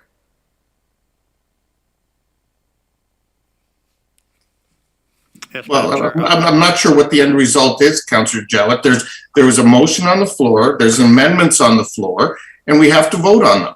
Correct. So let's do that. Yeah, so let's, I guess, I see there's people that want to speak still, which is fine. So I won't call it to question until give them that opportunity.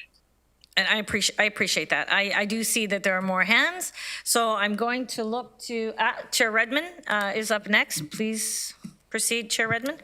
Thank you, Chair Jowett. I just want a clarification through you. Probably, I would look to Mr. Short. My assumption is that each of these, of the original motion, so A, B, C, and D, will be taken separately. And I just wanted to make sure, I understand a while ago we talked about taking A, and I did speak to that. I think it's very important they come separately. And I know that Councillor Strickland made other comments, so I don't know, again, if that's a friendly amendment or not, or if I'm just stirring the pot. But if we took each of those sections separately, then we could discuss them. So fair enough. Sorry, Chair. So just for clarification, A needs to be taken separately regardless. Then B and C with the amendment, and then potentially as amended. And then I don't think D would exist based on the one amendment, but that would all depend on the outcome of the votes. And then we would have to deal with Councillor Strickland's my understanding was he had some alternate amendments as well that we would then deal with. Okay, appreciate that, Mr. Short. I'm going to look to Councillor Galloway. Did you have something you wanted to say? Yeah, the first thing I wanted to apologize and retract what I said.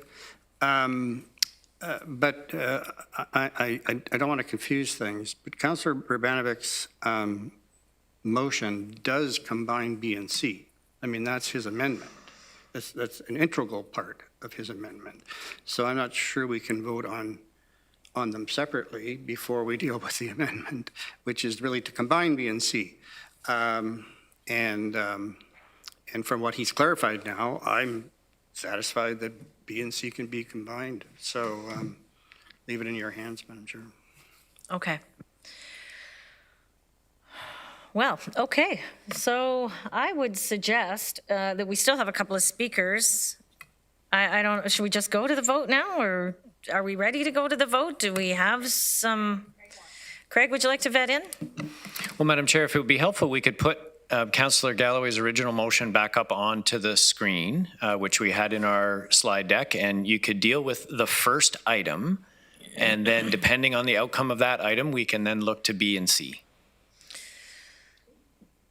Fair enough. Councillor Galloway? Well, it's really more up to Councillor Vrbanovic. He's the one that made the amendment. I'll look to him next. And that, I understand, would take precedence over the main motion, so. And I feel like we're in a rabbit hole again. I'm going to look to Councillor Vrbanovic. Would you like to proceed, or are you happy with us proceeding on piece A first of Councillor Galloway's motion? Yeah, no, absolutely. That would be procedurally the correct thing to do. Okay. And I would ask for recorded votes for each of these, please. Of course. Okay. Clerks, are you prepared for a recorded vote? Thank you. Can I ask for clarification of something first? Absolutely. Chair Jowett? Yeah. What exactly was the police board asked? Because I think we're very close, but I'm pretty sure Councillor Galloway's does not match the police board ask, but I just want to confirm that I have that correctly. You are correct. It would be 500,000 less. Am I correct, Councillor Galloway? Sorry, Craig, you have that? Okay, please. So through you, Madam Chair, the figure that's in the in Part A of the Councillor Galloway motion is $553,656 less than the levy approved by the board at its meeting this morning. Okay, thank you. And Councillor Galloway, I look to you to see if that is still intentionality for you. Yes, Madam Chair, are we speaking to the motion now? I think we should. So I want to be very clear about this. The new proposal from the police board today, yes, brings down their request in 2022 by a couple of $1 million. And I suppose some people may see that as being a good thing. And you know, it would be a good thing, except for the fact that it's been done in a very unsustainable way. And the way that that's being funded is to delay the hires essentially to the end of the year, and then only annualize them in 2023, but also to use some additional reserve fund money, which of course also is not sustainable, going to reserves to pay for operational costs. And we're cautious about that here as well, unless of course there's matching money or replacement money that would be available in the second year, and then it would be considered sustainable. So while maybe the difference in 2022 is only $563,000, it's at least a $3.5 million problem at the beginning of 2023, which the police board's going to have to deal with, and ultimately the new council sitting around this chamber is going to have to deal with. And I really cannot support leaving a legacy of that proportions to an ensuing council, to the next council, which will be in place to deal with the 2023 operating budget, including, of course, the police budget. I can, in good faith, do that to the future council. Thank you, Councillor Galloway. I am now looking to the floor. We have hands up. I'd like to ask if there's an immediate concern for the question before us. Councillor Foxton. Thank you, Chair. Are we doing each of them separate, like A, B, C, D? Because I am not supporting the police budget. I am supporting upstream funding. That is correct. We're isolating them. Thank you. So I still see hands up, so I'm going to proceed. I'm going to ask you again, are these concerns for the motion before us A currently? Okay, I believe Councillor Shantz is next. Thank you. Just really quickly, taking the amount out that Councillor Galloway is suggesting is in no way going to change how the police board or the police deal with their budget, and we can't tell them how to do that. So whether we leave it in or take it out is immaterial in how that plays out next year. And you know, the police have worked very hard. The police board has worked very hard on this budget, and I believe Mr. Schelling explained the ramifications if we do send it back. So I can't support Part A. Okay, thank you, Councillor Shantz. Councillor Strickland, I will ask you, is this with a direct concern for the first and immediate motion A that is on the table?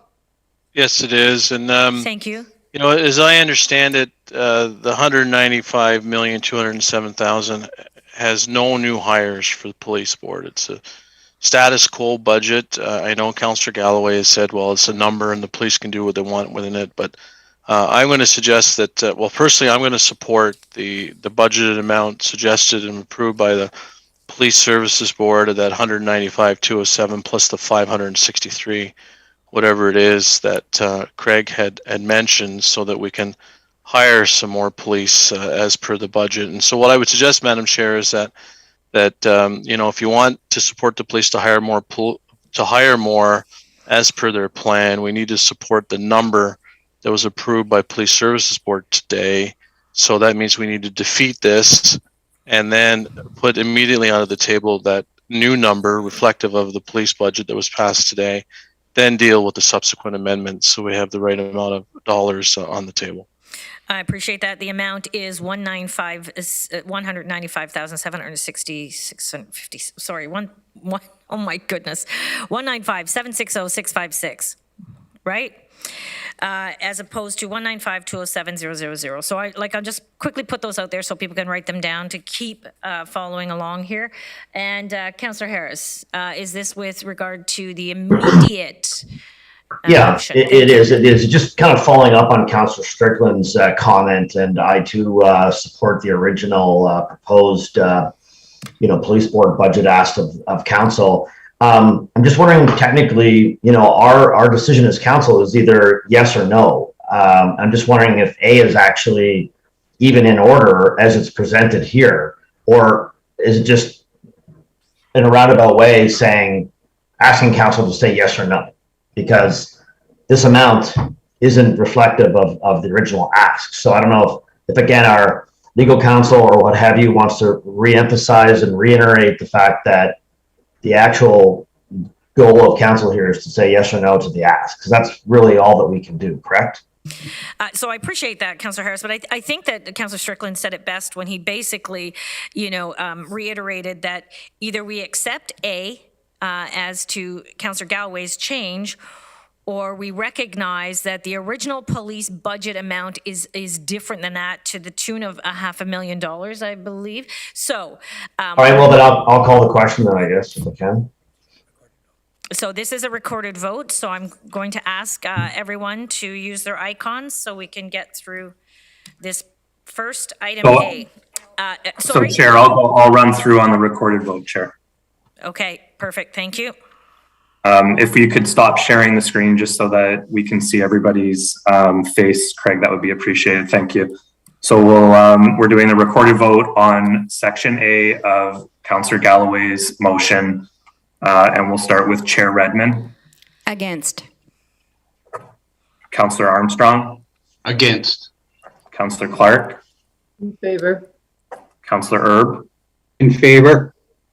Councillor Foxton. Against. Councillor Galloway. In favor. Councillor Harris. Against. Councillor Jaworski. Opposed. Councillor Jowett. Opposed. Councillor Kiefer. Opposed. Councillor McGarry. Opposed. Councillor Nowak. Opposed. Councillor Shantz. Opposed. Councillor Strickland. Opposed. And Councillor Vrbanovic. Opposed.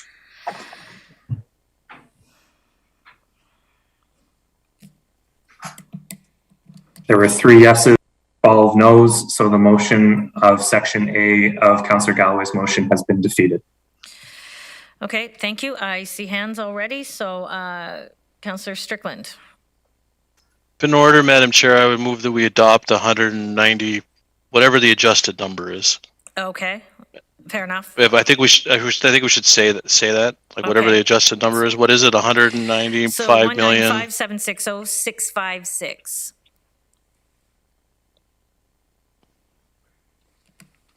Craig, would you like to speak to that? Yes, Madam Chair, if it's helpful, we'll put up for you the motions on both the operating and the capital budget that we think are most appropriate. Okay, so who'd like to make that motion? Chair Redmond, did you have your hand up? I moved the 195. I moved the new number, Madam Chair. Councillor Strickland is moving the motion. I'm happy to second it, or actually, Councillor Harris wants to. I was looking for clarification that we made this motion, so if Councillor Harris wants to second it, that's great. Okay, so I can see made by Councillor Strickland, seconded by Councillor Harris. Please use your icons, or do you want this to be recorded as well? I guess it's a moot point. You want Councillor Galloway would like it recorded, so we'll go for recorded. Mr. Short, please proceed. Chair Redmond. In favor. Councillor Armstrong. In favor. Councillor Clark. Opposed. Councillor Erb. Opposed. Councillor Foxton. Opposed. Councillor Galloway, Opposed. Councillor Harris, In favor. Councillor Jaworski, In favor. Councillor Jowett, In favor? Councillor Kiefer, In favor. Councillor McGarry, In favor. Councillor Nowak, In favor. Councillor Shantz, In favor. Councillor Strickland, In favor. Councillor Vrbanovic, In favor.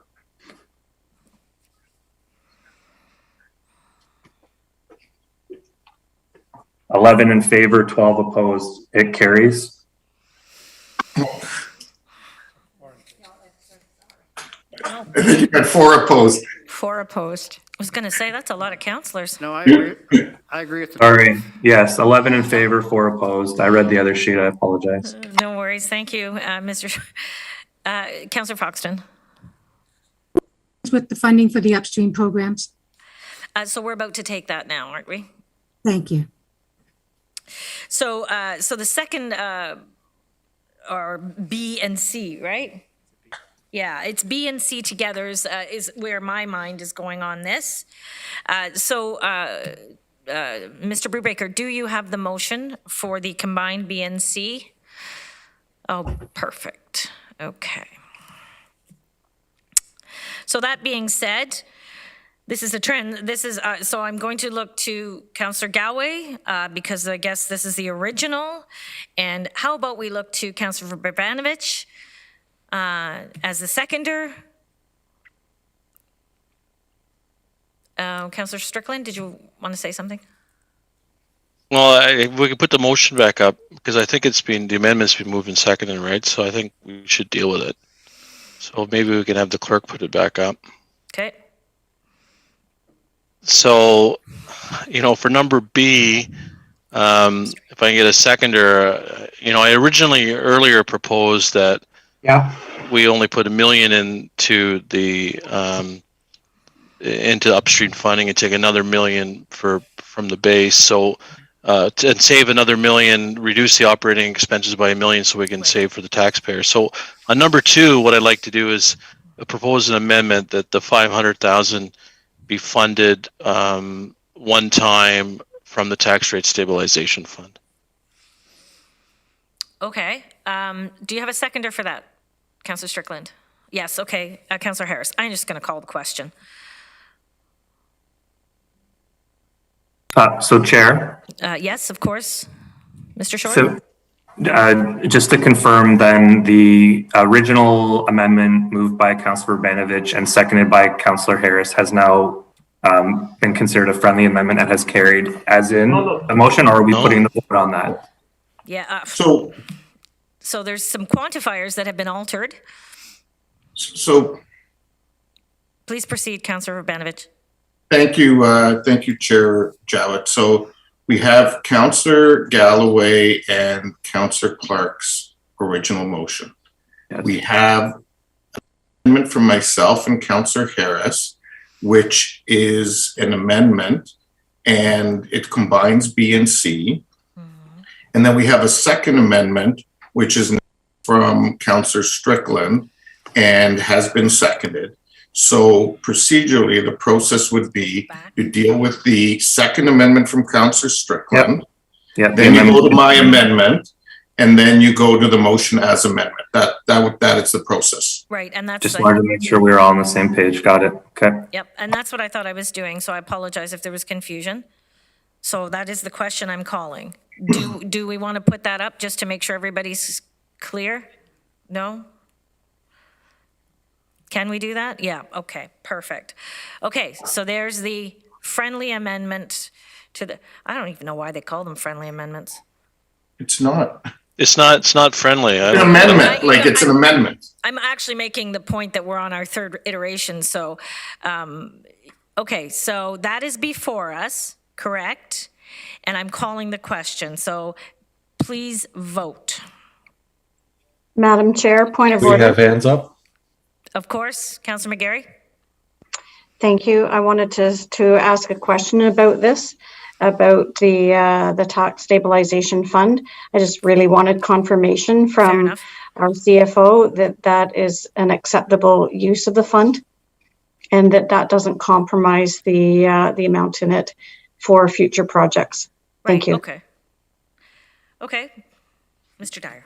So through Madam Chair, yes, I can confirm that the proposed one-time usage of the fund makes it an appropriate use of funds from the tax stabilization reserve and will not have an impact on any other initiatives that require funding from said reserve. Thank you. Okay, thank you, Mr. Dyer. I see Councillor Jaworski. Thank you, through the chair. I saw when it flashed up on the screen there, it looks like two aspects that are changed. One is a reduction of the amount, and two, a direction on where the 500,000 should come from. One of which I have an issue with, one of which I don't really care about. I just want to confirm that to be true. There's two aspects to this amendment. I believe so. Can we put it back up again, please, Mr. Brubaker? And do we want to take those separately? Yeah, okay.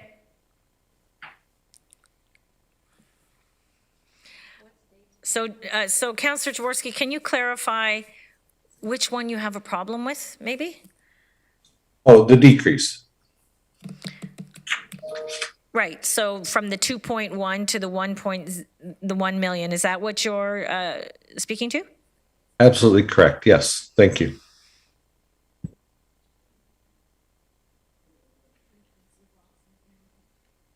Councillor Foxton, I'm just going to put that on hold, Councillor Jaworski, because I don't know what else to do with it right now. So if you could just hold for a moment.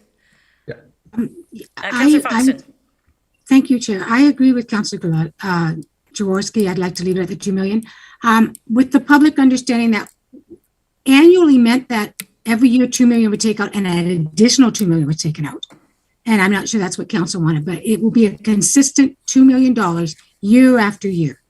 It's got to stay. All those other programs that I've worked on that have gone by the wayside that were great, we can't have that. We can't have that. Okay, so Councillor Galloway.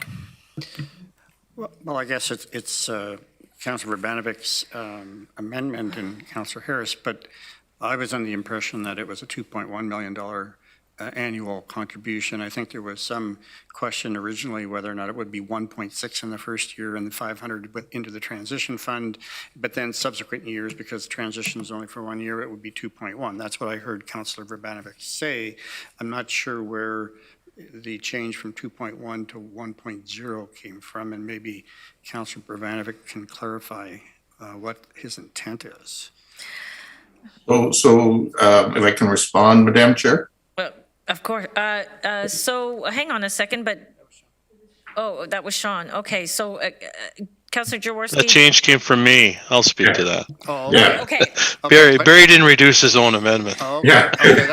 Okay, but it's not highlighted, so I guess that's what confused me. So. Yeah, so I apologize to the clerk and to my colleagues. Maybe I mixed a couple of different things there.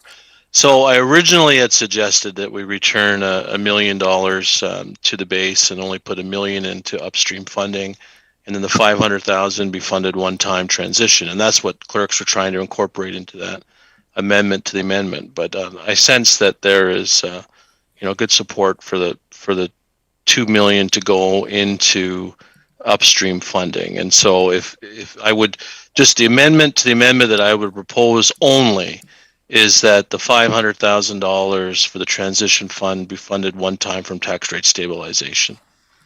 And then the 2.1 stays in. This is a total impact of 1.6.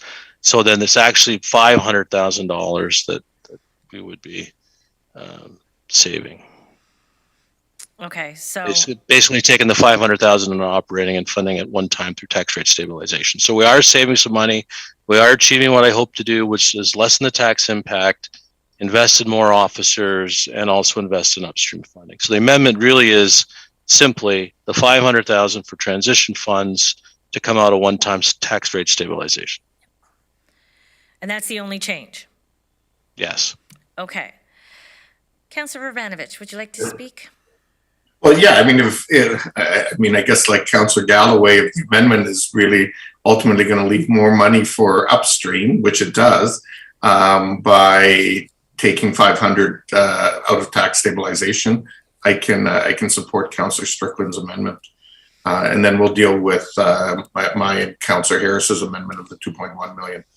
So we are literally going to vote on the amendment of the amendment, okay? And it is before you now.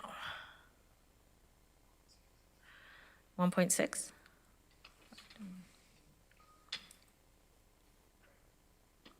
Right. Isn't this 2.1 annually with 500? This isn't right. In the second year, it's 2.1, right?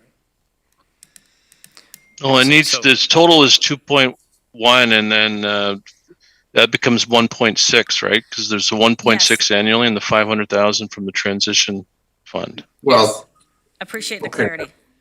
Hold on. No. Perhaps, Madam Chair, I can provide some Please clarity. do. Okay. Oh, it would be helpful if that was back up on the screen.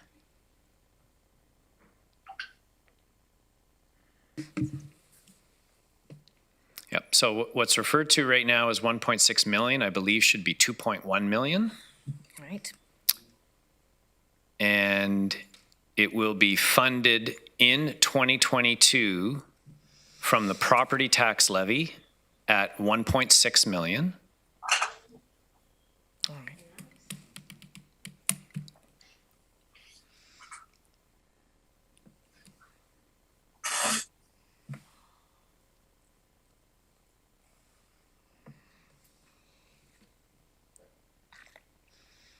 And perhaps we just put in brackets after tax levy at 1.5 million. And from the tax stabilization reserve, $500,000. And the understanding is in the future that it will be all funded by the tax levy. Does that reflect, maybe I should just ask, does that reflect the motion as contemplated? Well, I want to be sure. Not exactly, but in the interest of time and collegiality, it works. Should it not be 1.6 million?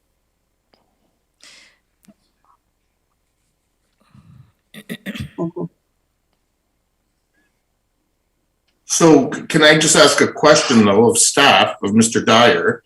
Does that not then really put an initial $500,000 hit onto the regional budget next year, because that 1.6 will become 2.1? Do you want to speak to it, Mr. Dyer, or do you want me to just confirm that is in fact the case? That's our understanding, yes. That's the understanding?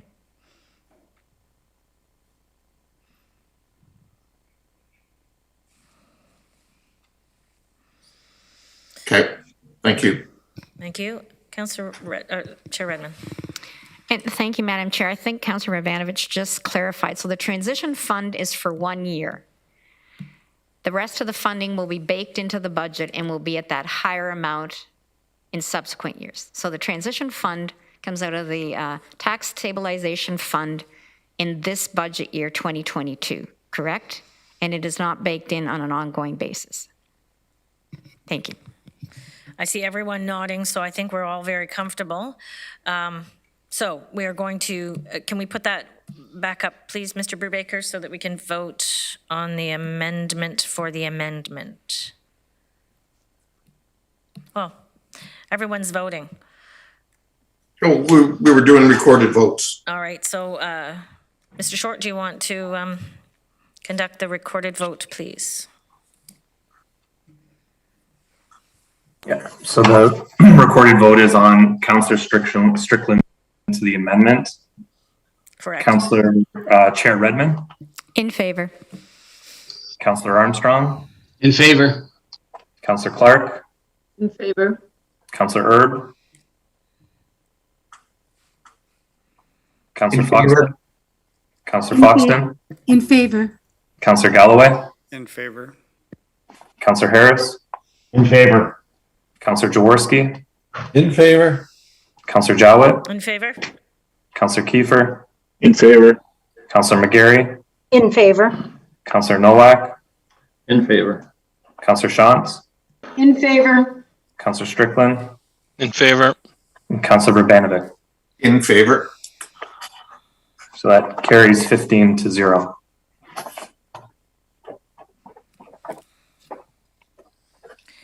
Thank you, Mr. Short. Would we suggest that we have enough detail, or are we looking at item D of that motion, Councillor Galloway? Well, Madam Chair, I think item D is very similar to what Councillor Vrbanovic also was suggesting, that we ask staff to now go forward with these recommendations and put together reports that would put meat on the bones and develop the implementation of these funds, their terms of reference, et cetera, for council consideration. Thank you, everyone. So that being said, I'm just kind of trying to look at where we're supposed to be landing now that we've finished through all of that. Oh, Craig, please proceed. Yes, thank you, Madam Chair. There's I believe there's one remaining motion with respect to the Waterloo Region Police Services budget that that committee should consider, and we'll just get it up on the screen in just a moment here.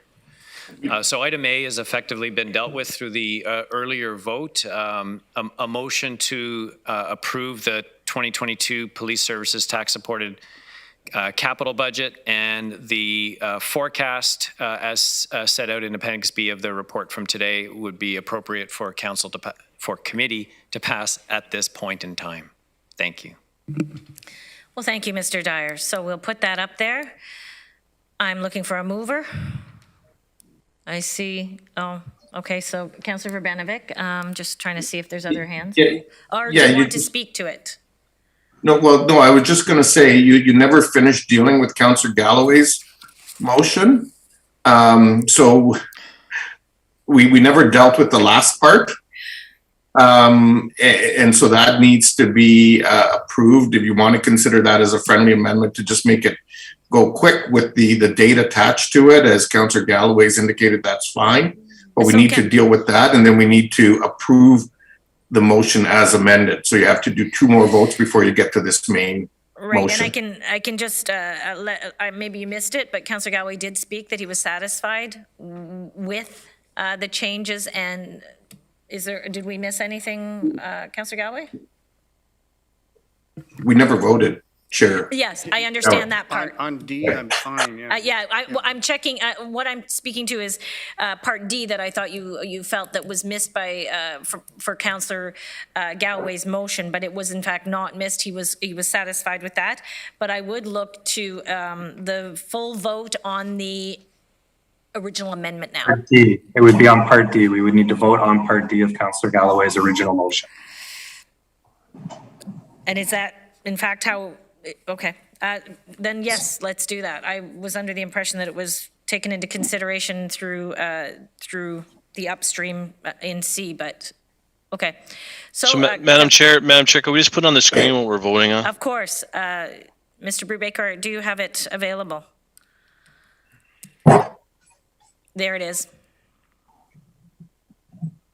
Councillor Galloway, I'll look to you. Yeah, and Councillor Clark. Okay. I'll call the question.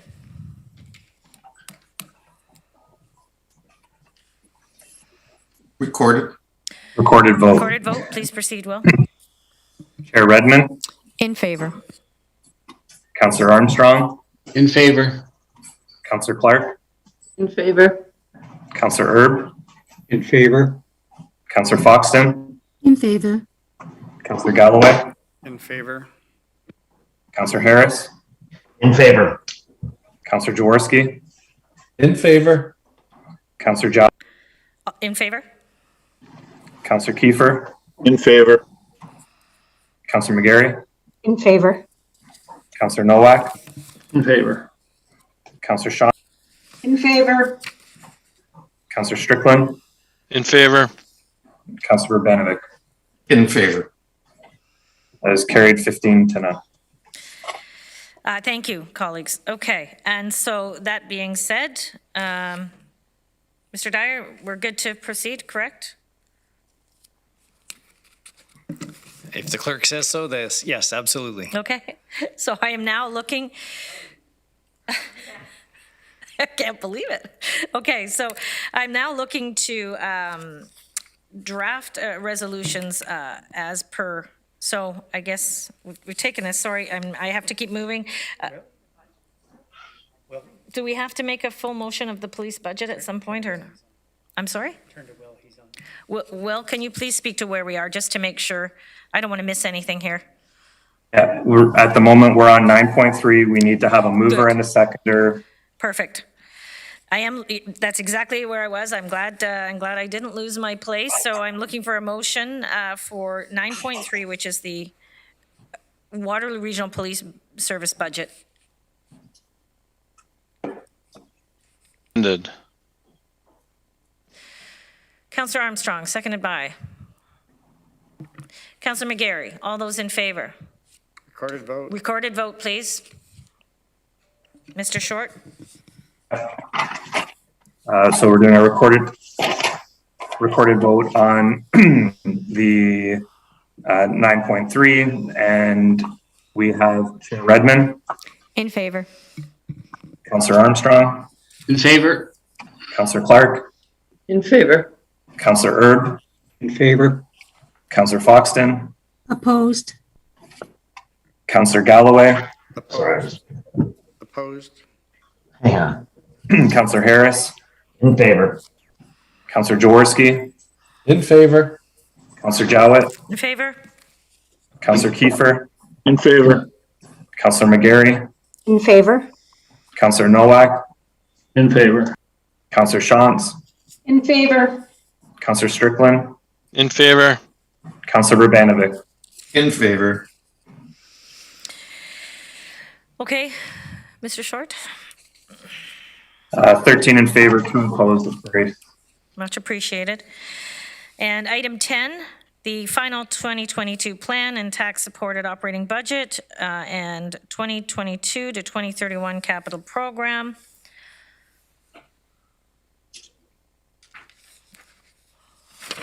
Looking for a motion? No?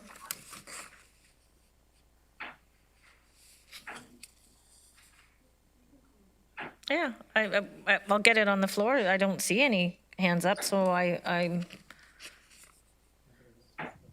Wondering, Madam Chair, if we can get the motions on the screen. most definitely. Yeah. Mr. Brubaker, do you have this one ready to go? Oh, thank you, Ms. Hale. That's awesome. Okay. Number 10. And, oh, it's number 10? Oh, it's, okay. Thank you. So I'll move that, Madam Chair. Thank you so much, Councillor Strickland. Seconded by?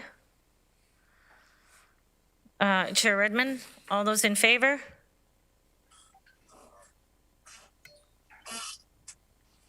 Oh, sorry. Carried. Thank you. Okay.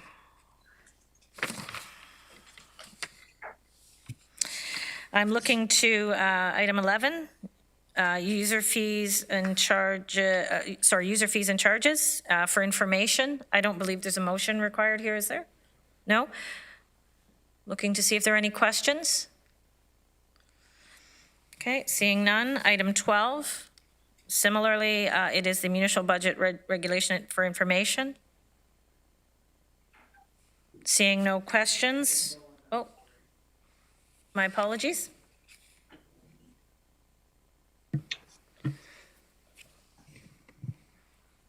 Councillor Galloway? Madam Chair, I guess I'm at a bit of a disadvantage being here in the chamber. I'm not sure, I don't have multiple screens that maybe some people have, so I don't have the agenda.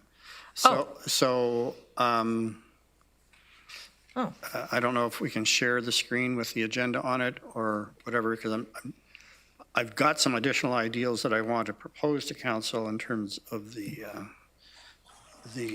budget overall, and right. I don't want to. I want to make sure that I don't lose Timing is right. my opportunity, yes. I can pull up Rodocs on my iPad and give it to you if that helps, or what's anybody thinking? Have we got something that we can help? Ooh, this technological. Yeah, why don't we just get somebody to print him a copy of the agenda? Well, we're working on it right now. Thank you. Just a point of order, Councillor Galloway, are you looking at the user fees or airport revenues or POA? Well, what is it you're referring to? Yeah, I want to discuss POA, the airport revenues, and reserves, capital reserve fund as potential opportunity. I want to ask questions, and I want to be able to see if there's any motions associated with that. So those were on the addendum agenda, Yeah, I've read approximately them. pages I've 71 to 74. You got them? Okay, so I've read them, but I just I can't follow along, I guess. we won't proceed without you, Councillor Galloway. We'll wait till you get what you need there. And it looks like Mr. Dyer would like to speak. Would you like to do that, sir? So Madam Chair, we do have on our slide deck that was that accompanied the agenda that went out yesterday. We have a series of slides to walk council through that briefing note and the introduction of the main budget motion and the remainder of the work for today. Of course. Okay, that makes complete sense. If my colleague, Ms. Braun, can be allowed to share her screen again, then we will put that back up.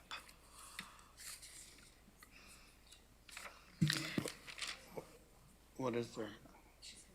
Oh, on that screen, sure. Yeah.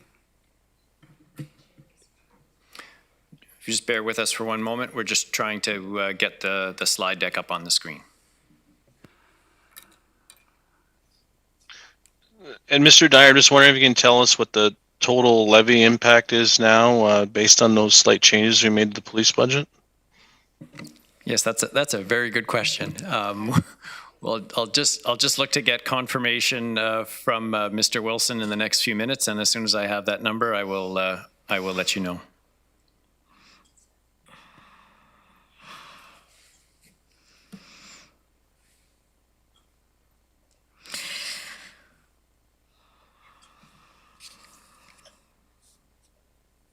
So we'll just take a moment.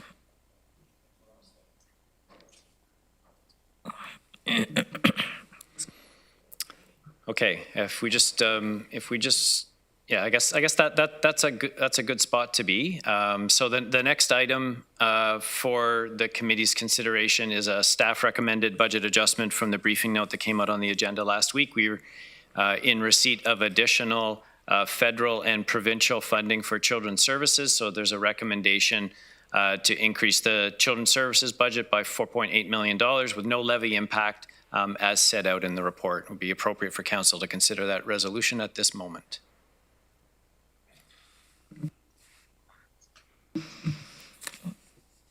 So I'm looking for a motion. Thank you, Councillor Foxton. A seconder?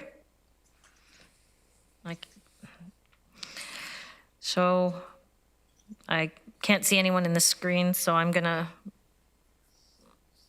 yeah, perfect, okay. Can I have a seconder for that motion, just as described by Mr. Dyer? Thank you, Councillor McGarry. And then I'll look for everyone to use their buttons to vote, please.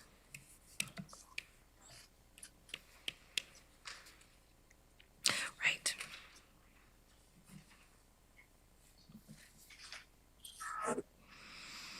And that's carried. Thank you, everyone. I'm just going to look to Councillor Galloway to, is this a good time for you to? Yes, Mr. Dyer. So Madam Chair, if it's helpful, I can do a very quick run through the councillor request briefing note to address some of the items that a couple of councillors have mentioned. So we'll just, again, we'll get that slide deck back up, and the council requests briefing note again came out on the addendum agenda and dealt with all of the items that were that were requested from the meeting last week. And we'll start off with, if we go to the next slide, please. So we had some questions about the equity and reconciliation investments. Just as a reminder, this was a $5 million investment in 2021, $10 million in 2022. Staff have estimated that by the end of this year, approximately 3.1 will be committed against the $5 million, leaving $1.9 million. And there was some question about whether that 1.9 million would fall to the region's surplus or whether it would be carried over for specific use as part of this fund in 2022. There's a staff recommendation that the unspent equity funds be carried over in a reserve at year end to be used for future capital and one-time equity and reconciliation initiatives. It would be appropriate for committee to consider that resolution at this point. Thank you. I can see that we have Councillor Strickland and, of course, Councillor Galloway. So go ahead, Councillor Strickland. Thank you very much. And I raised this at the last budget committee meeting because it was highly unusual for staff to simply roll over unspent funds from operating into roll it over into the same fund. You know, our policy is that it flows through to the bottom line and then it gets into our surplus and allocated accordingly. In the report, it did say that they want us to make an exception to the policy for this fund. So I would prefer the recommendation be that that we make an exception in this case, which is different than our policy, that any unspent equity funds, et cetera, be rolled over. I support the $1.9 million being rolled over, but we cannot get into the habit of having funds that are unspent in a budget year from operating. Capital is different, but an operating not flow through the bottom line as per our policy. So I just like to amend that recommendation and say we make an exception to our current policy for unspent funds and that these unspent equity funds be carried over. Okay, so Mr. Brubaker is working on massaging that change, Councillor Strickland. So if you'll just hang on for the change, I'll look to Councillor Galloway to speak to the motion as well. Thank you, Madam Chair. This is a really good catch by Councillor Strickland, and I appreciate him catching this.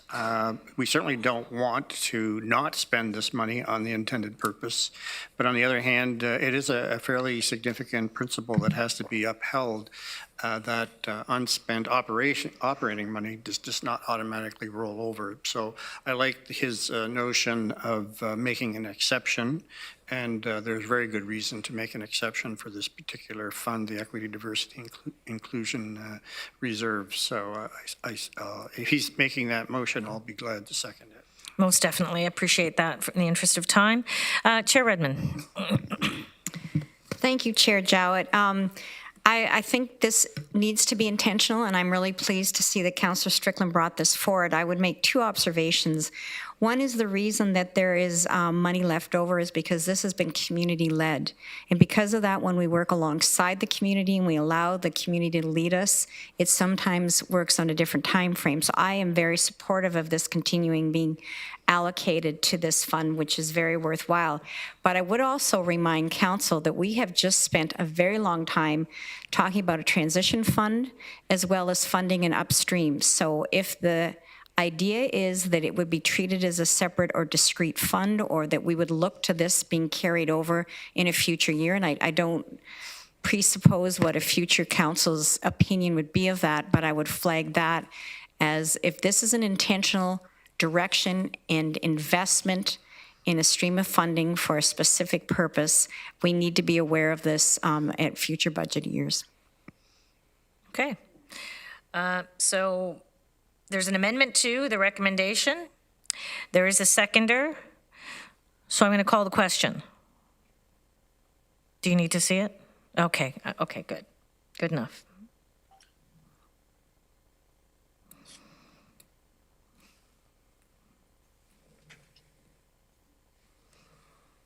Carried.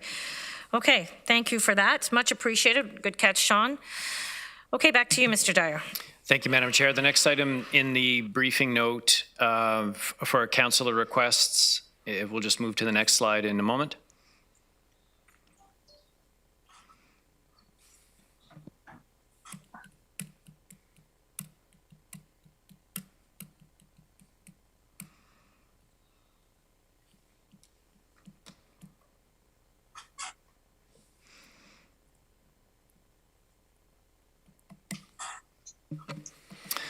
So thank you, Madam Chair. So the next item, we had requests from council, from committee members from last week with respect to a couple of revenue items. And so we've provided some context in the briefing note.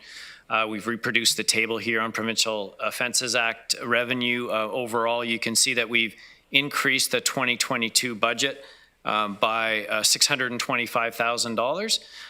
Looking to come relatively close to our budget target in 21, estimating about 400,000 short, but notwithstanding that shortfall, we have increased the budget further into 2022. And perhaps I'll just pause there as we go through each item in case there are any questions. Okay, much appreciated. Councillor Galloway. Thank you, Madam Chair.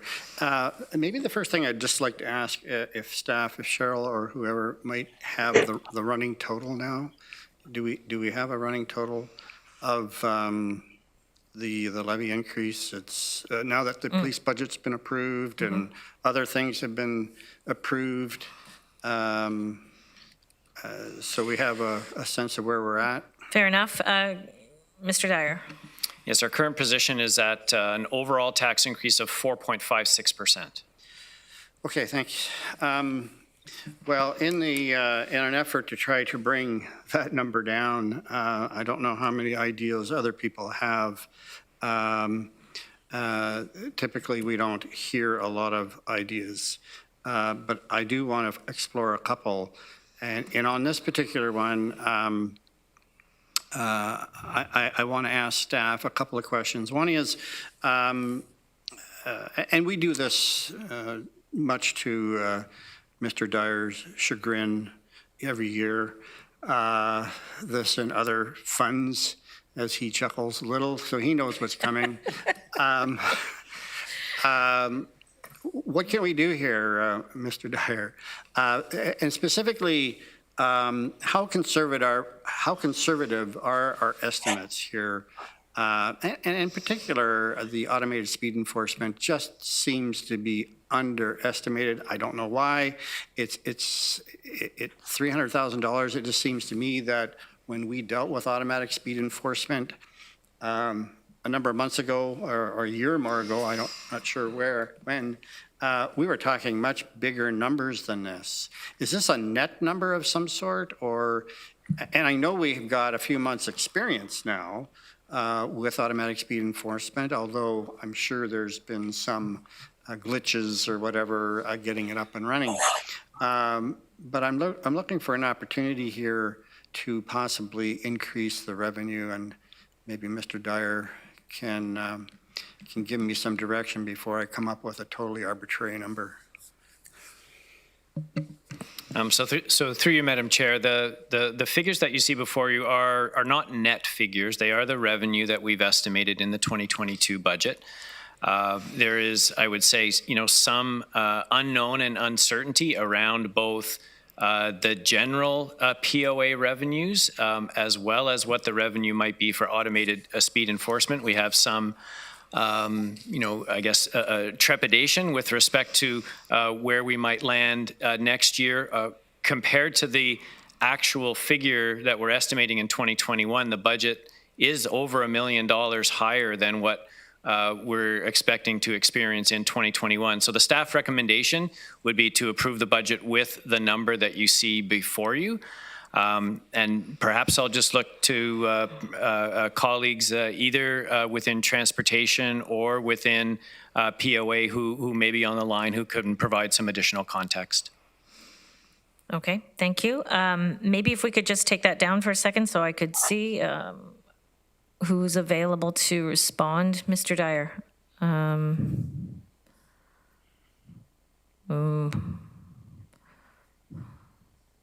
Any ideas on where, is there somebody here from, there we go. Mr. Schmidt, so nice to see you.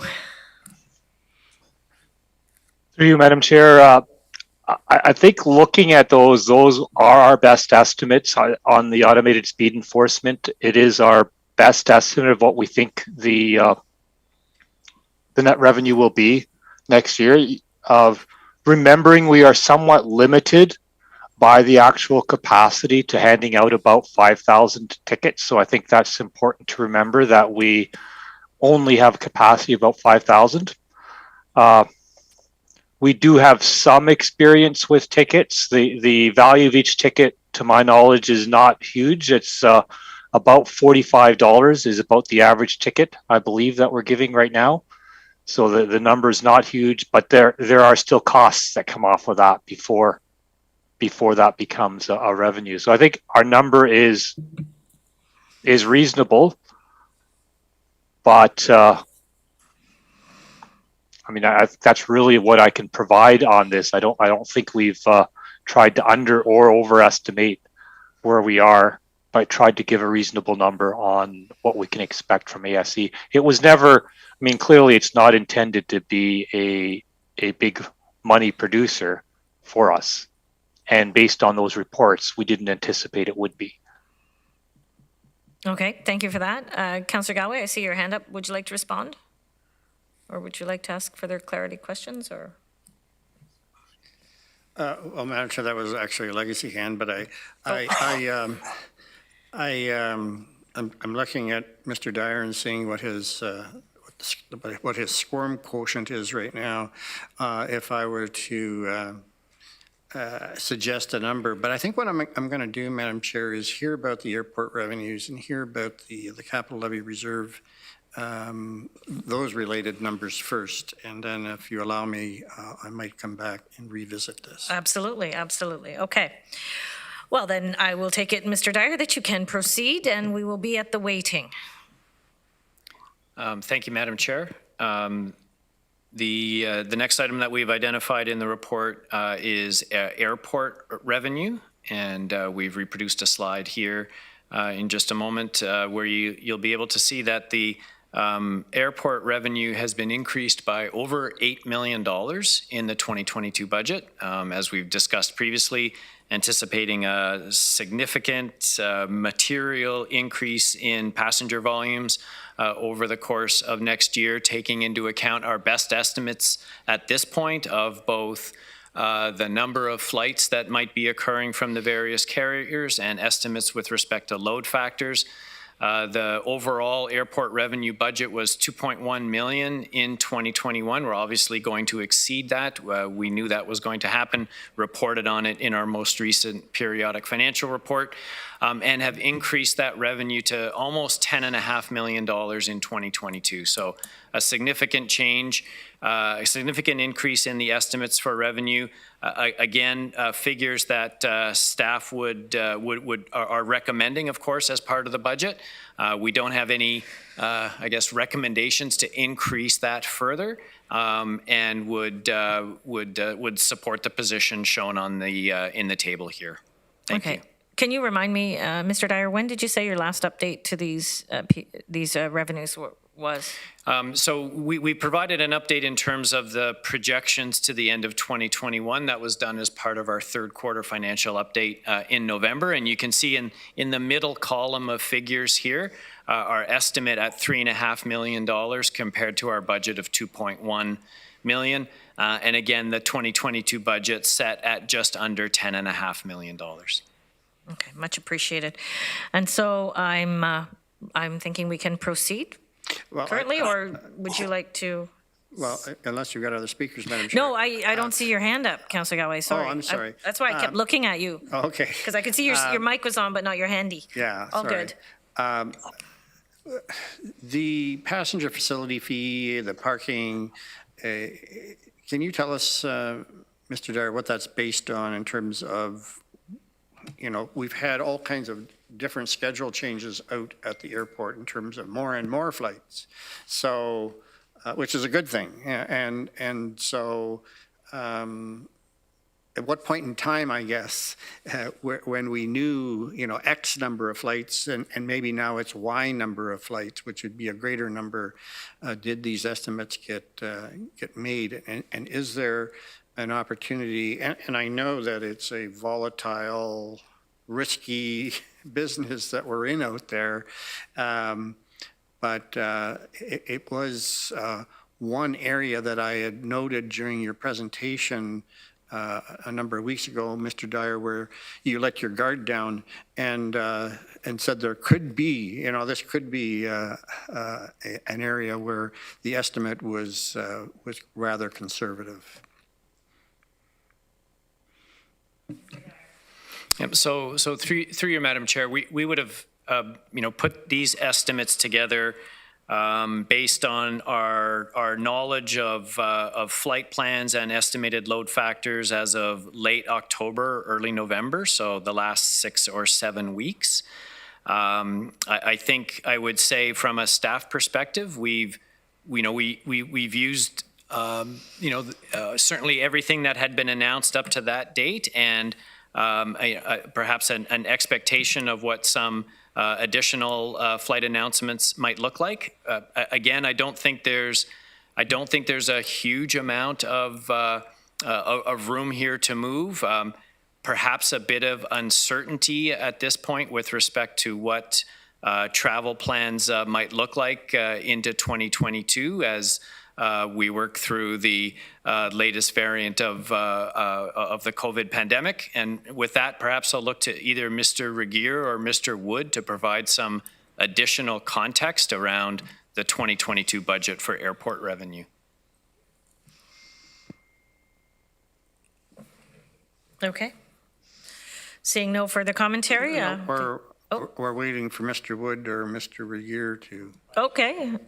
I think is he coming in? Oh, okay. Yes. Technical difficulties. Okay. Sorry, I had a small glitch here, Chair Jowett. Please proceed and say hello to your cat. Thank you. I kicked her out of the office, so it'll be fine. Yes, by way of summary, we are seeing some significant growth, as Council is aware, at the airport in terms of passenger numbers and revenues. Of course, there is considerable risk associated with these figures, as it's unclear how both the federal response and the industry and market trends will be affected by the ongoing evolution of COVID-19. Certainly, the initial experience of the launch of Flair has been extremely positive, and the community is thoroughly supporting the new service that's been offered. We've taken we've made some estimates here about passenger numbers moving forward into 2022. And we feel reasonably confident with them, but we just want to make the point that if conditions on the pandemic change course, they're extremely fluid, and they could potentially have an adverse impact on additional revenues. Okay, thank you. Thank you, Mr. Regier. Okay, Mr. Craig, Mr. Dyer, you're up. Thank you, Madam Chair. Continuing our way through the report. The next item was public transit. Again, a request from the committee with respect to a couple of different scenarios as measured against the pre-COVID service levels. So working here from left to right, the 2022 budget was established based on an estimate of 96% of pre-COVID service levels. That gave us an overall levy for transit at just over $125 million. So the two scenarios that have been costed at the request of the committee, 90% and 85%.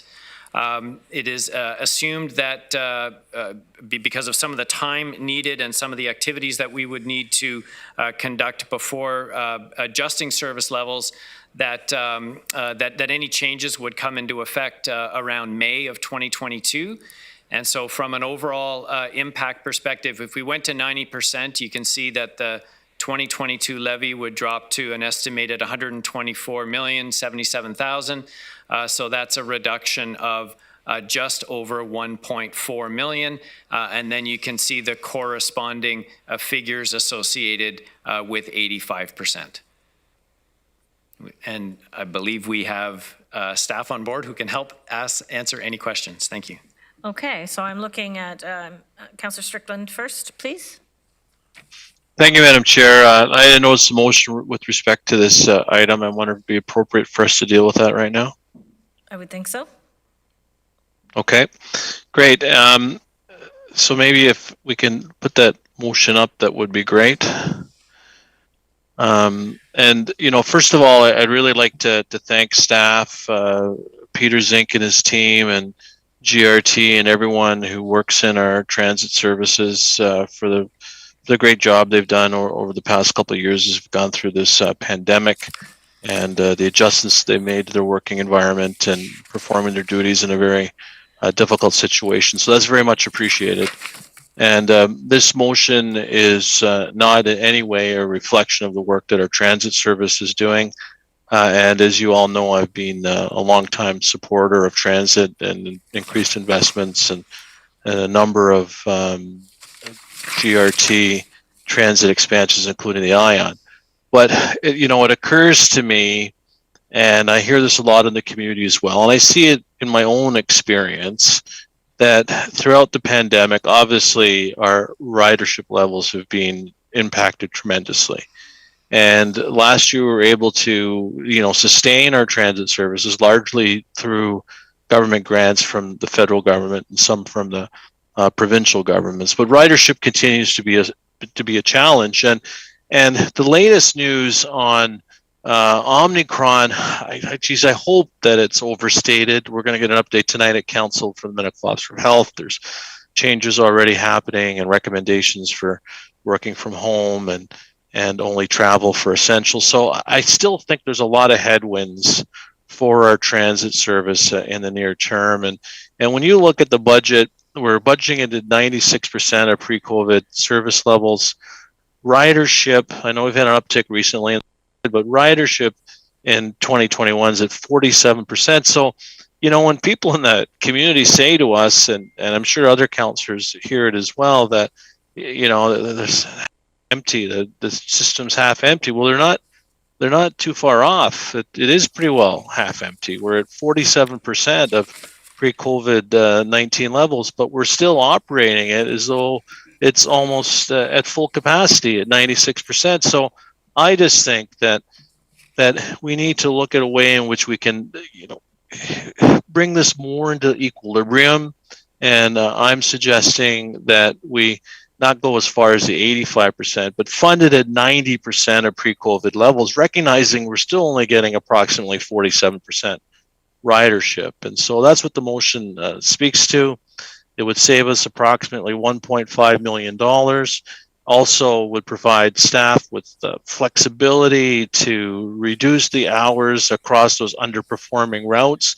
You know, I get 47%, but some routes still performing better than others. So staff has the flexibility to make those kinds of changes. I'm not suggesting that the expansion plans in the different areas be the ones that are automatically cut.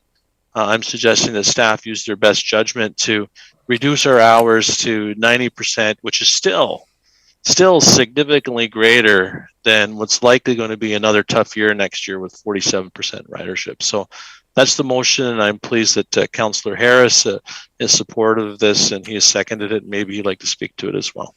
Thank you, Madam Chair. Okay, thank you. I see, okay, so Councillor Clark's hand's up, so shall we go there first? Yeah, okay, go ahead. You're on mute, Councillor Clark. If Councillor Harris wants, am I still? Yep. If Councillor Harris wants to speak to it first, that's fine. No, he doesn't. Okay, thanks. Chair, I'm not prepared to support that motion. I do appreciate the reduced ridership, and I do appreciate that it looks like an easy way for us to cut some funds, but notwithstanding the reduced ridership, we do have 10,000 people paying for monthly passes, not including the 44,000 who have the U passes. We have a further 13,000 trips made each day by people using cash or stored value. That's a lot of residents who rely on transit to live their daily lives. And we know that these residents are more likely to live in low income and live in poverty. So while I fully appreciate the desire to reduce our costs and the burden on the tax levy, I don't believe we should be doing that at the expense of thousands of our residents who have few other options. Thank you. Speaking to the motion, next, Councillor Vrbanovic. Thanks, Chair Jowett, and I too won't be able to support the recommendation that's in front of us for many of the same reasons that Councillor Clark spoke about. I think throughout the pandemic in particular, we have seen that those residents who are often socioeconomically disadvantaged have been most impacted. And those are the folks who have really needed and relied on transit the most, particularly because many of them are working in service-related jobs, retail, and so on, the essential workers that we've relied on throughout the pandemic. And while I understand the desire as well to use this as a way of potentially saving some dollars, I'm hopeful that number one, we will continue to see some top up from the federal and provincial governments, particularly as far as transit systems go.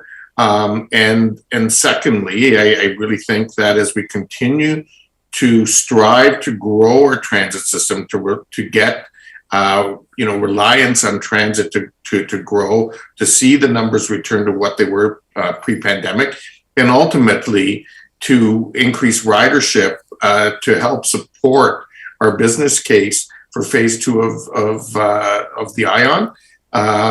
This, in my view, would be a step backwards, and I can't support it. Okay, thank you, Councillor Vrbanovic. Councillor Jaworski. Thank you. Through the chair to staff, I just have more of a technical question on the trajectory of ridership. I guess I shouldn't say technical, just where is the trajectory of ridership? Because I have noted over the past several weeks, certainly the ION getting a lot more ridership, notwithstanding the fact that students are now completing their exams.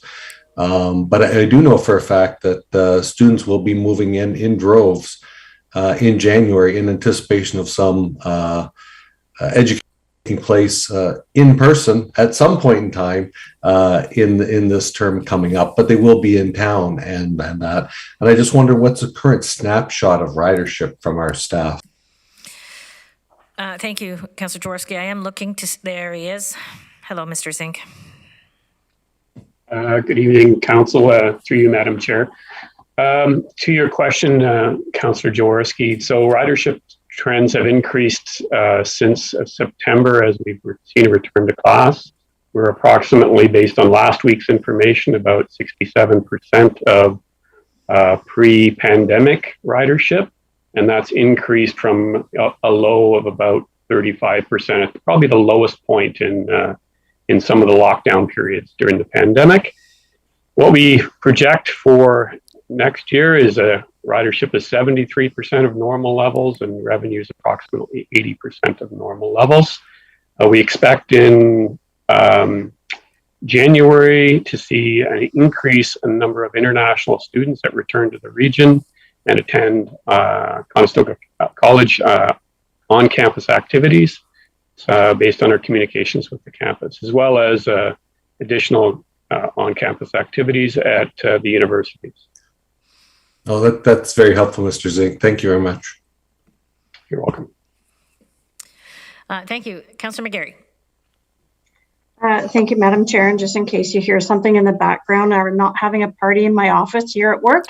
It's 7 o'clock and the start of Winterfest right in Civic Square outside my window. So if you hear the band playing up, it's not all about me.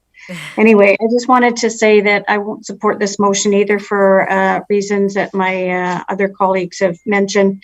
Certainly, the ridership right now is down, but those that are depending on it are also depending on the schedules that they need often to go to and from work and to get appointments done. I would be very reluctant to see us scale back on these essential services during this time. You know, I would be afraid of losing more ridership. I think that there's few other affordable options during a winter time, in particular for those that are depending on the current schedules in order to complete their work and other tasks. So I will not support this particular motion. Thank you. Thank you. Councillor Strickland.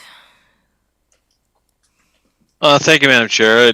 I appreciate the comments from my colleagues, but I don't think that, and these aren't their words, but, the picture that was painted in terms of, the dire impact that it would have on the transit system. This is not a draconian recommendation that I'm putting forward. I mean, you even heard from Mr. Zink that best case scenario for next year is 73% ridership. And I would suggest it's going to be very difficult for us to achieve that. Even if we achieve the best case scenario at 73% ridership, over half of ridership is along the ION. Those routes would likely be unaffected. It would be routes that are underperforming where their services would be cut back. And it would only be cut back to 90% of our pre-pandemic service. So it's not like we're saying we're going to cut the service in half. We're just going to scale it back a little bit to reflect the changing dynamic of ridership in a pandemic world. And so I, among others, appreciate the value and the great service and this asset that is to our community. But it's not a terribly big ask and not going to have a huge negative service impact on our people who use that system. It's just a modest change to reflect the challenges related to ridership in a pandemic world. Thank you. Thank you, Councillor Strickland. I'm going to, in the interest of time, it looks like there are no more speakers, so I'm going to call the question. Recorded vote. Most definitely. So, Mr. Short, we have the request of a recorded vote, please. Yep, thank you. Chair Redmond. Opposed. Councillor Armstrong. Opposed. Councillor Clark. Opposed. Councillor Erb. Opposed. Councillor Foxton. Opposed. Councillor Galloway. Opposed. Councillor Harris. In favor. Councillor Jaworski. Opposed. Councillor Jowett. Opposed. Councillor Kiefer. Councillor McGarry. Opposed. Opposed. Councillor Nowak. Opposed. Councillor Shantz. Opposed. Councillor Strickland. In favor. And Councillor Vrbanovic. Opposed. Councillor Strickland, would you like to speak? Yes, please. Two in favor, 13 opposed, right, Chair. Right. Okay. Can So you thanks, just a second? I'm really glad that my seconder stuck with me. So thanks so much for your support, Councillor Harris. So what I would just like to ask, Madam Chair, is that we get, I don't know if it's a monthly, but we need to stay on top of this, and I would, with the support of council, direct staff to give us regular updates on our ridership as we go through Q1 next year. Well, I can see that, Director Staff. Do we need a motion for that? Nope, we don't need a motion for that. And you know what? I can appreciate that for sure, Councillor Strickland, because if those numbers did fall and we did have another lockdown, we just don't know what's coming. So most appreciated that you look at it like that way. Forward. Sure. Thank you. And the schools could decide, like the post-secondary, some schools already have canceled in-person exams, et cetera. So I hope that doesn't happen. I hope that our ridership is at 90% by March. Of course. But I think it would be prudent of us to monitor that given the situation. Thank you. Okay, thank you for that. And so I don't know how many of you need a bio break, but I know, yes. Oh, okay, good. So let's, there's a joke there somewhere, Elizabeth. So I'm going to take this 10 minutes and then we'll come back on camera. We're a little behind schedule, shocking, but maybe we can pick it back up at some point. So bio breaks all around, and we'll see you back here in 5 minutes. 5 minutes. Madam Chair, can we have 10 minutes, please? There's not enough. Oh, you have a bit of distance there, don't you? Councillor McGarry, you have a bit of a walk. Of course we can have 10 minutes. Thank you. It's got to be 10 minutes or there's no point. Thank you. Got it. Okay.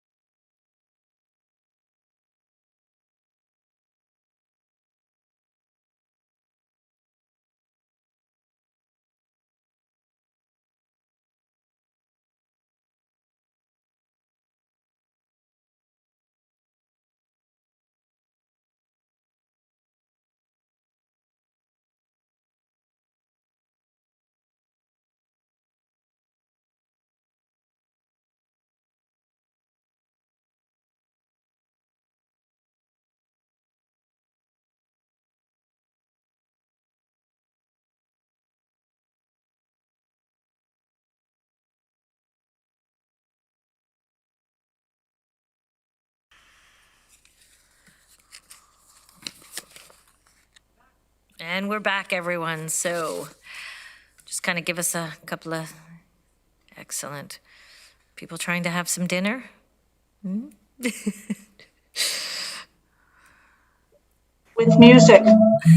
Oh, didn't I you ordered say- I ordered my Swiss chalet delivered tonight. Quarter chicken? Quarter chicken. I want to see your Yeti and see what's in it. Yeah, yeah. I got you all. I just had a cup of M&Ms, so I'm full of energy. Chocolate is a vegetable. Madam Chair or Madam Regional Chair, will we be breaking between meetings? Oh, I don't know. That's up to you, isn't it? What are you thinking? I would think that we would at least get another bio break and we could make it slightly longer.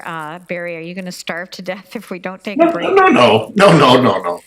I'll be fine. Somebody order him some skip the dishes. Swiss Chalet sounded good, Councillor Harris. Swiss chalet is always great on nights like tonight. Okay, so it looks like everyone's back. We are live, and I think we're going to proceed. We're already late, so I don't know what else we can do about that. Just accept it. I'm not beating myself up anymore over being late. Okay, so Mr. Dyer, please take us away. Thank you, Madam Chair. Continuing through the briefing note, the next item is capital financing. Again, a request from last week. What we've set out in the report and reproduced on this table is a high-level view of capital financing and the ongoing implementation of the asset renewal funding strategy, which was adopted by Council a few years ago. And of course, this strategy is designed to move us away from debt financing for our asset renewal works. And in turn, that preserves debt capacity for some of the more significant transformational projects that the organization typically has ongoing. And so we've shown here that overall, in terms of the 2022 budget, a $5.8 million increase offset by $2.5 million of debt servicing cost savings. So this is due to debt that's being retired, gives us a net impact of $3.3 million.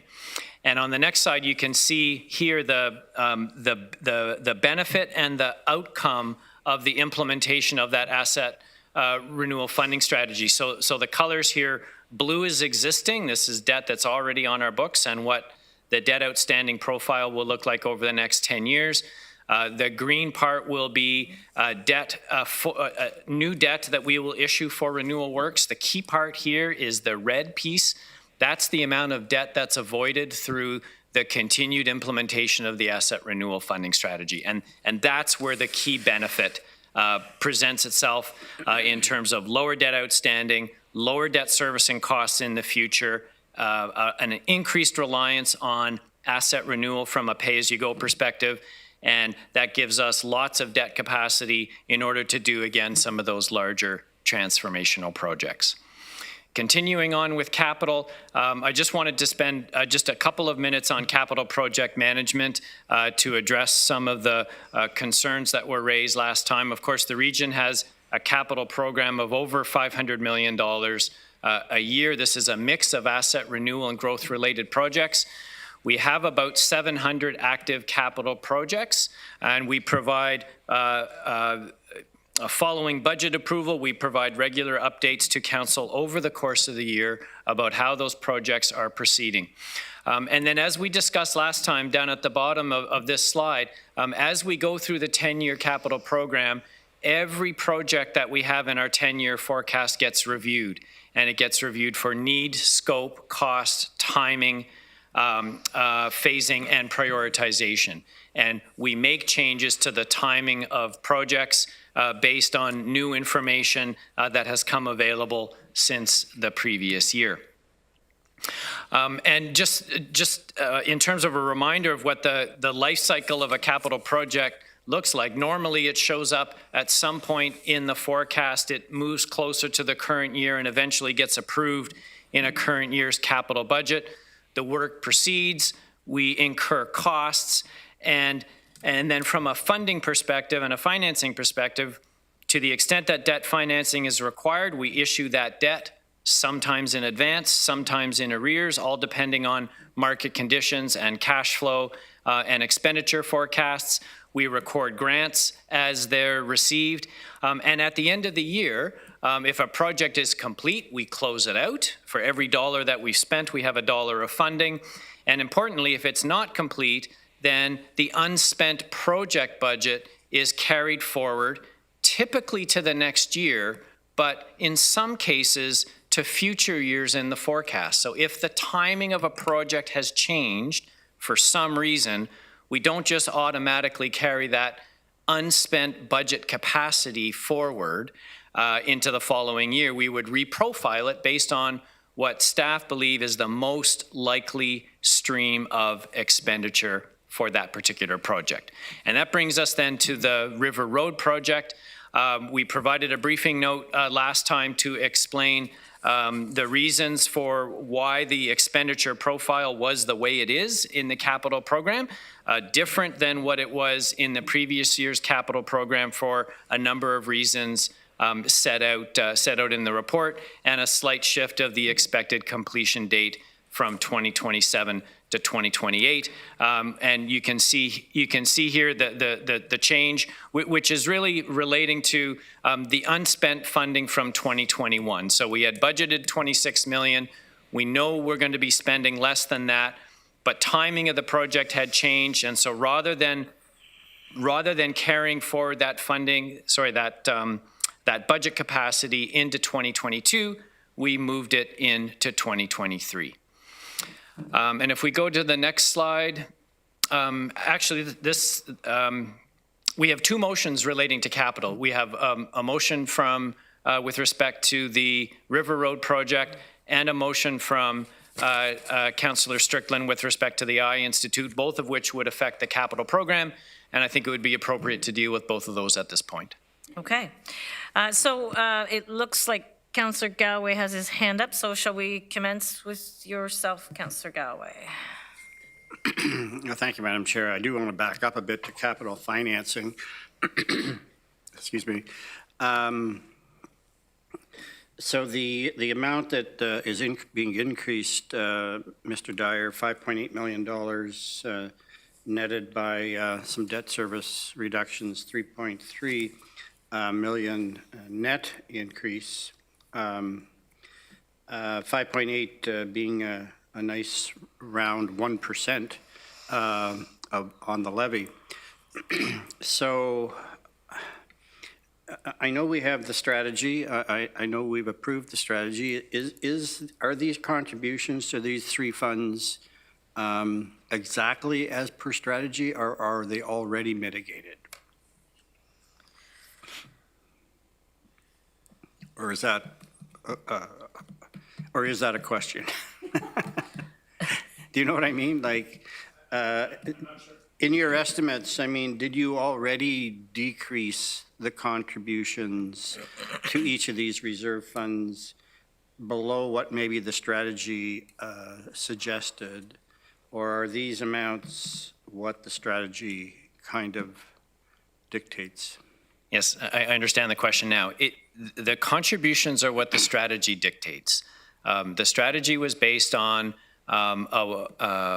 additional contributions each year of 1% of the previous year's tax levy, offset by any reductions in debt servicing costs, which is exactly what you see on the page here. So this is per strategy. This is... Well, no, I'm not going to ask the question. It would be unfair to put you in the position, but I guess I'm still trying to find a place where we can have some impact, that we can actually move the number from 4.56 to something lower. Now, I mean, we have to acknowledge, of course, that 1% of that 4.56 is a special levy. And then correct me if I'm wrong, is it exactly 1% of the 4.56 that is the affordable housing levy, or is it some odd number? It's exactly 1%. It's exactly 1%, that's what I thought. So $5.8 million or thereabouts. So we do have to keep that in mind, that the special levy really should be taken separately and should be considered as something special over and above what we would normally do. And I think there's a lot of support in the community to do something like this. I've even had people tell me they would like to add something to their property taxes if they knew it went only went to affordable housing. And of course, we don't really have a mechanism to do that. I think I talked to you about that, Mr. Dyer, at some point, whether or not there was any kind of a mechanism to do that.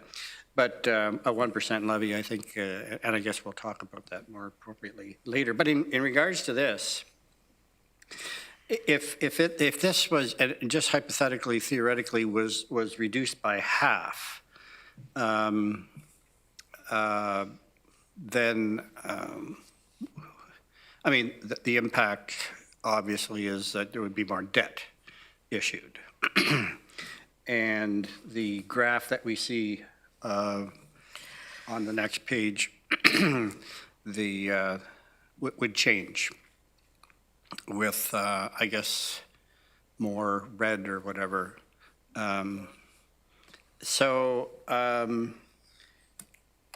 If we were to do anything at all, and I'm saying if, is there one fund or another that would be better affected, or would it be more aimed at the bottom line, the 5.8, or would it be better, just theoretically, if $500,000, would it be best to come out of, I mean, I know you're not going to agree that this is a good idea, but if it was council's wish to do this, would it be best coming out of the housing renewal fund, or would it be best coming out of the regional facilities, or some split? Or it doesn't make too much difference, really. So through you, Madam Chair, I would suggest that, so using that example, if there was a $500,000 reduction, I think it would be most appropriately taken from the renewal of the all other regional facilities. Yeah. I think leaving the transportation contribution is appropriate. That $1 million is needed, if only just to deal with cost inflation. And the increase on the housing side actually provides capacity within the existing housing general reserve to fund our strategic investment in housing. So reducing that number, I think, would have a number of follow-through complications. The easiest, simplest way to do it, I believe, would be through the regional facilities. Yeah, I wouldn't suggest it from the housing fund for sure. But anyways, Madam Chair, I'm not going to make any motion at this point. I'm going to hold in abeyance and see what other thoughts and ideas other members of council. I'm sure there's many ideas out there yet. Much appreciated. Okay. Councillor Vrbanovic. Oh, sorry. Sorry. Thank you. And apologies for that. I guess two things, Madam Chair, that I was hoping to deal with. One was River Road, which Mr. Dyer popped up. And then the other one, we've received a number of pieces of input on this issue. And I would like to have a discussion because it was slated to be part of budget today, is the issue of the bunker. So I'm just looking at what the appropriate time is to have that discussion on the bunker. So through Madam Chair, okay, from a River Road perspective, we have the proposed resolution as part of our package here that can be dealt with. I would say that in terms of the bunker, there was, if I recall, a resolution passed by this committee on November 24th, which I believe was endorsed by council subsequently.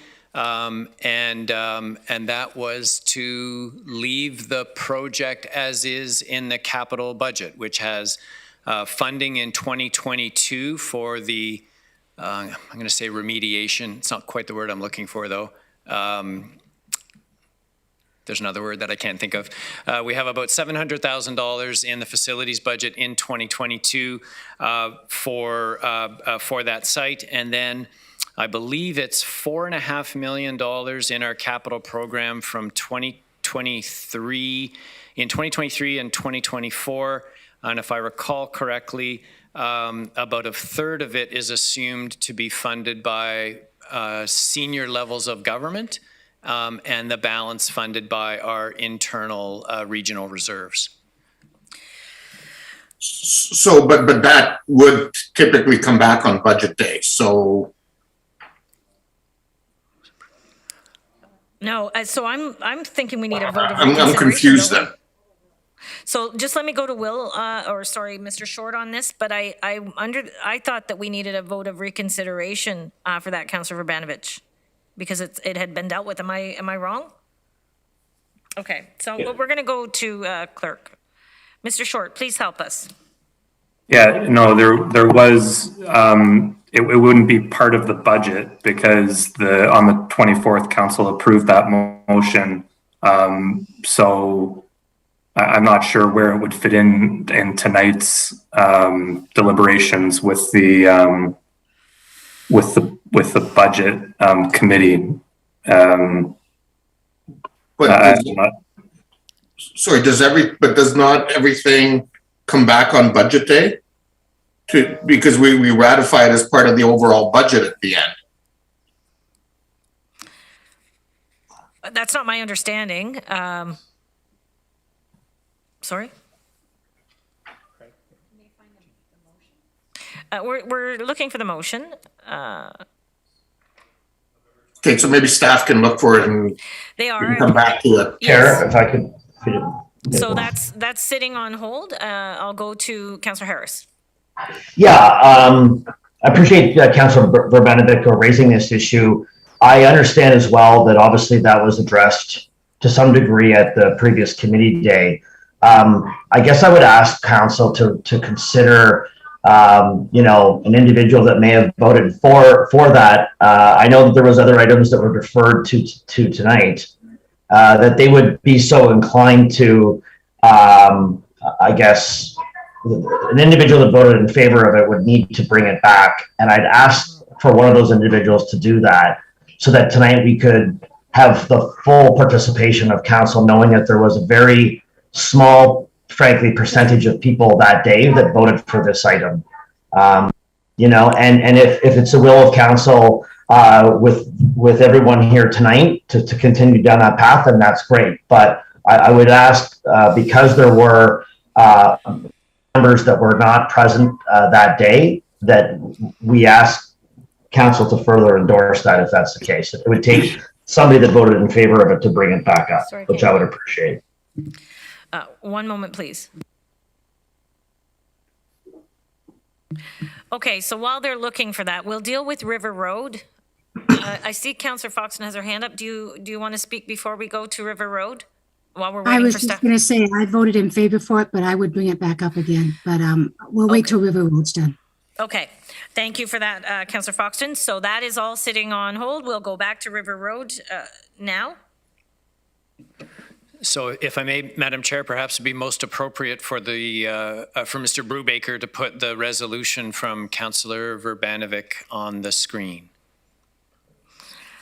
Sorry, it's difficult. Clerks are not in council chambers today, so we're doing a little bit more. Perfect, thank you.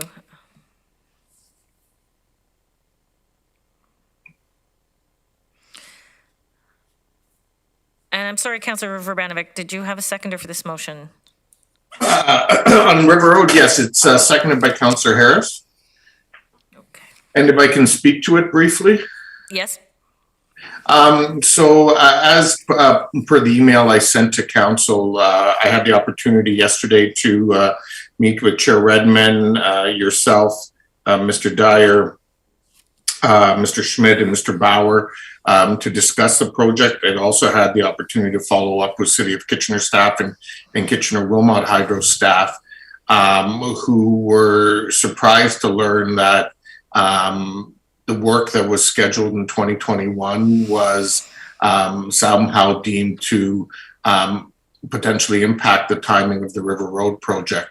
And so as a result of all of the dialogue and conversations yesterday, I am moving the following motion that the proposed funding profile for the River Road project be returned to the one that we approved in the last budget, save and except for the adjustments to the 2021 and 2022 amounts. That a meeting be called in early January with regional staff, city staff, hydro staff, and the property owner to discuss issues that will potentially that are potentially impacting the approved timeline and seeing how we might be able to mitigate them. You know, one of the things that Mr. Bauer indicated yesterday is that there are potential for contract shifts between contracts 2 and 3, and there may be some opportunity for that. And so that ultimately staff would bring a report back no later than the end of February, so that we can see how we might be able to keep the project on track for 2027 completion and not lose, all of the anticipated progress during the 2022 construction year. My understanding from staff is because this is largely a debt-funded project, this has no impact on the capital budget in terms of other projects, where we add one, we got to take others away. And so this simply keeps it there, gives clear direction, and has it coming back to council ultimately for a decision early in the year. Okay, thank you, Councillor Vrbanovic. Councillor Foxton. You're on mute, Councillor Foxton. That's a legacy. I apologize. Oh, no worries. Okay, then we'll continue on. Councillor Shawns. Thank you. I'm pretty sure I know the answer to this, but I'm going to ask it anyway. And just to ensure that when we're flipping this back and forth, it doesn't affect progress on any other projects or start dates for any other projects. Thomas, Mr. Schmidt, are you there? Yes, through you, Madam Chair, we're not anticipating that this will impact any other projects. Okay, so is that a legacy hand, Councillor Vrbanovic, or? Yep, Oops, okay. Legacy hand, sorry. No worries, that's all good. Okay, so I guess I'm going to call the question then. And can we, Mr. Brubaker, can you toss up that recommendation again, please? Oh, Councillor Foxton, do you want to speak to it? You're on mute? Yep, there we go. Dyer, if Mr. Dyer could explain that, what kind of impact this would have on this year's budget, or would it have none?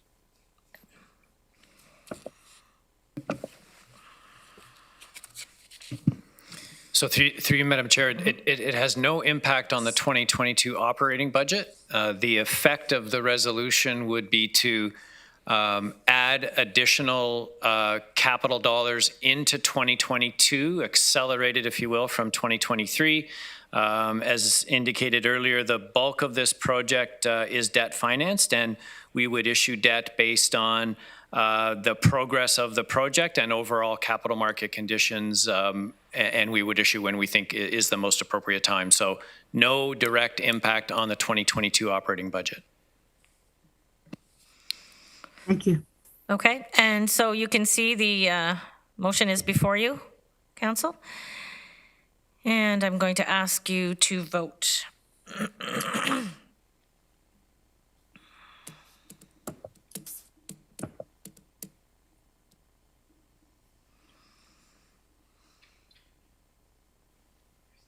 And that's carried, I'm told, so thank you very much.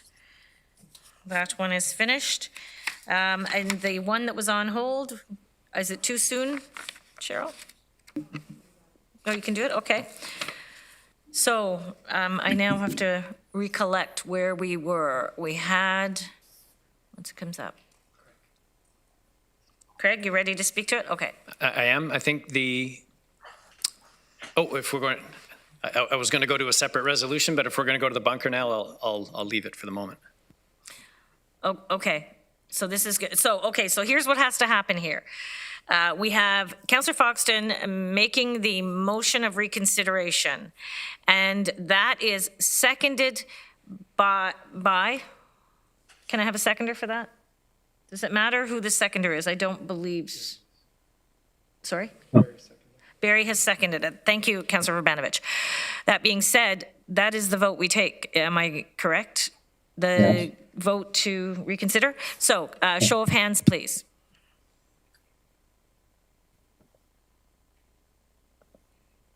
No, hang on. I'm not voting in favor of that. I had a question on procedure, Madam Chair. Right, okay.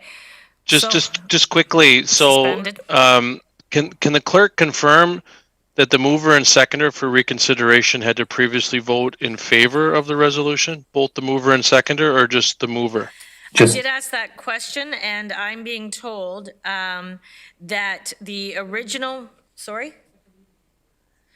The mover of the motion, okay, so the mover of the motion of reconsideration has to have voted in favor, and now is in favor of reconsideration. Correct? And the seconder doesn't matter? The seconder is irrelevant, I was told. Yes. Okay. Okay, so we're good with that? Mm. All right, let's continue on with the vote then. For the reconsideration.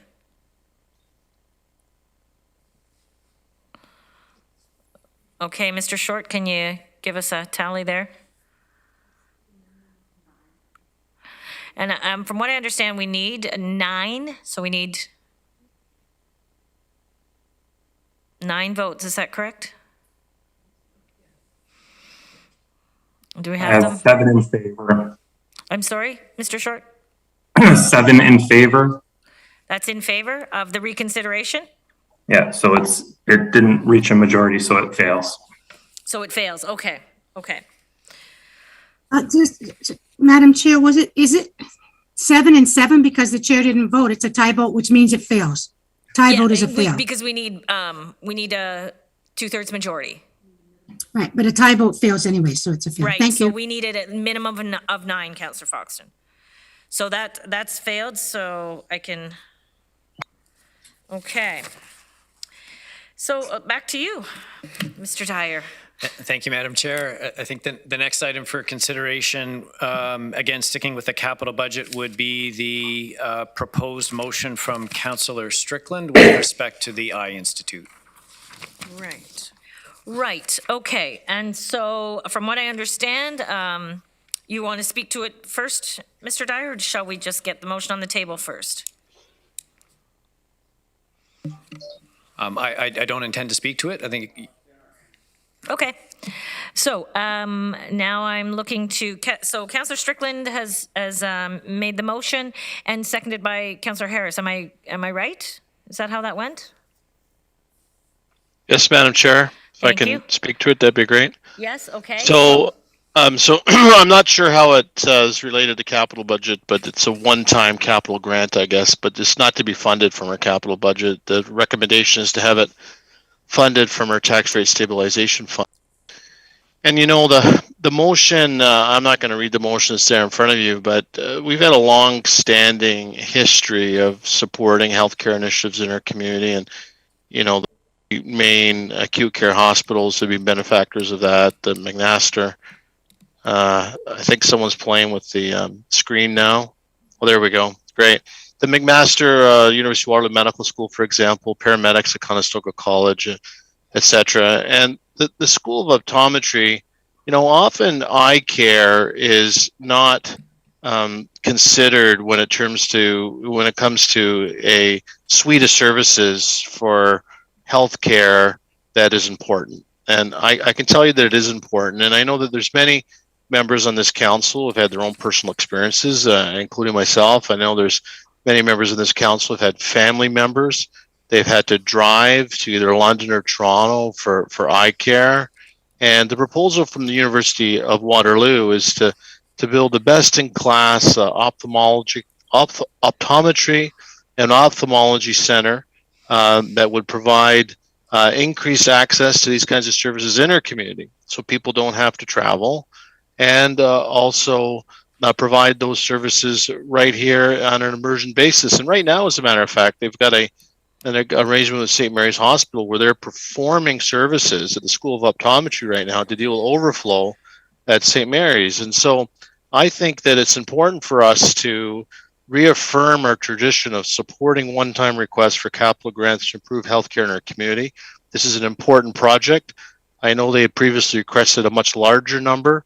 I have spoken with the School of Optometry today. They'd be very pleased if we were able to continue our longstanding tradition of supporting these capital requests to improve healthcare for all of our citizens, and in this case specifically eye healthcare, on a one-time basis of $1 million in the Tax Rate Stabilization Reserve Fund. So the Tax Stabilization Reserve Fund. So that's my recommendation, Madam Chair. I really hope that Council finds a way to support this very important initiative, that once the best-in-class facility is created in Waterloo at the School of Optometry on their grounds, many of our citizens will be able to avail themselves of these kinds of services without the added stress and undue hardship of leaving our community.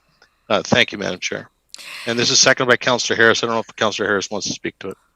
Okay, thank you. We have chair's prerogative here. It's actually, it could have come back as a vote, motion of reconsideration, but because the quantifier from 5 million to 1 million has altered, I'm going to let it stand. I appreciate the motion made and seconded, and I'm going to look to the list of speakers, and it looks like Councillor Jaworski, you're up first. Well, I'll let the person who seconded the motion, Councillor Harris, go first for further information with his personal experience. Thank you. Councillor Harris? Yes, thank you, Chair, and thank you to Councillor Strickland for moving this important motion. As he stated, we are so blessed to have the University of Waterloo's optometry clinic here, our school here in our community. In fact, the only English-speaking optometry school/clinic in Canada. People coming from all over Canada, in fact, Ontario, but more importantly, our region for ocular health, which is so important, whether it be children, seniors. They also used to say that, I'm getting older, I can't see. I was diagnosed with a ocular degenerative disorder when I was 19. And my file at the UW is as thick as,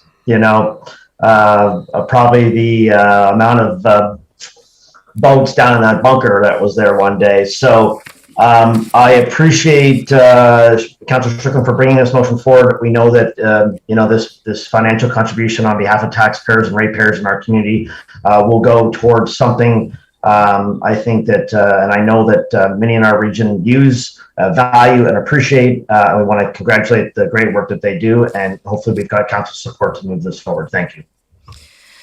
Thank you. Councillor Jaworski.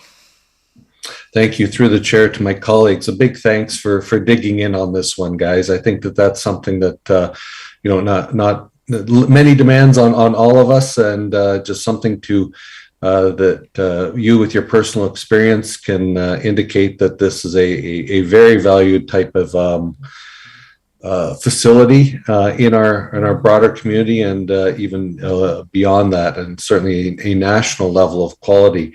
And the quantum is certainly a much different number than what we were dealing with a while ago. And finding that modest yet meaningful number, I think, is very important to the University of Waterloo. And I'd just like to thank my fellow council colleagues for bringing it forward tonight. I plan to support it. Thank you, Councillor Kiefer. Thank you, Madam Chair. I too have had personal experience with the School of Optometry, and I did state at one point in time that I believe it was almost a 3-year wait for my cataract process to get done. So, that's unacceptable. 3 years. Nobody should have to wait 3 years for that type of work or any other type of work. It's very important that this project gets going. I think one of the reasons I opposed what was up on the board the last time was the $5 million, and the fact that I understood that the university had great fundraising capabilities, and thought, well, maybe they can do it on their own. But I'm in support of Councillor Strickland's initiative. I have one question for staff. What does this do to our tax base or increase or not increase, or where are we on that, Mr. Dyer? Mr. Dyer? So through you, Madam Chair, this resolution wouldn't have an impact on the overall 2022 operating budget, as it would be a capital grant funded through the tax stabilization reserve. And just give me a minute and I'll get you the number in terms of our overall status. Thank you.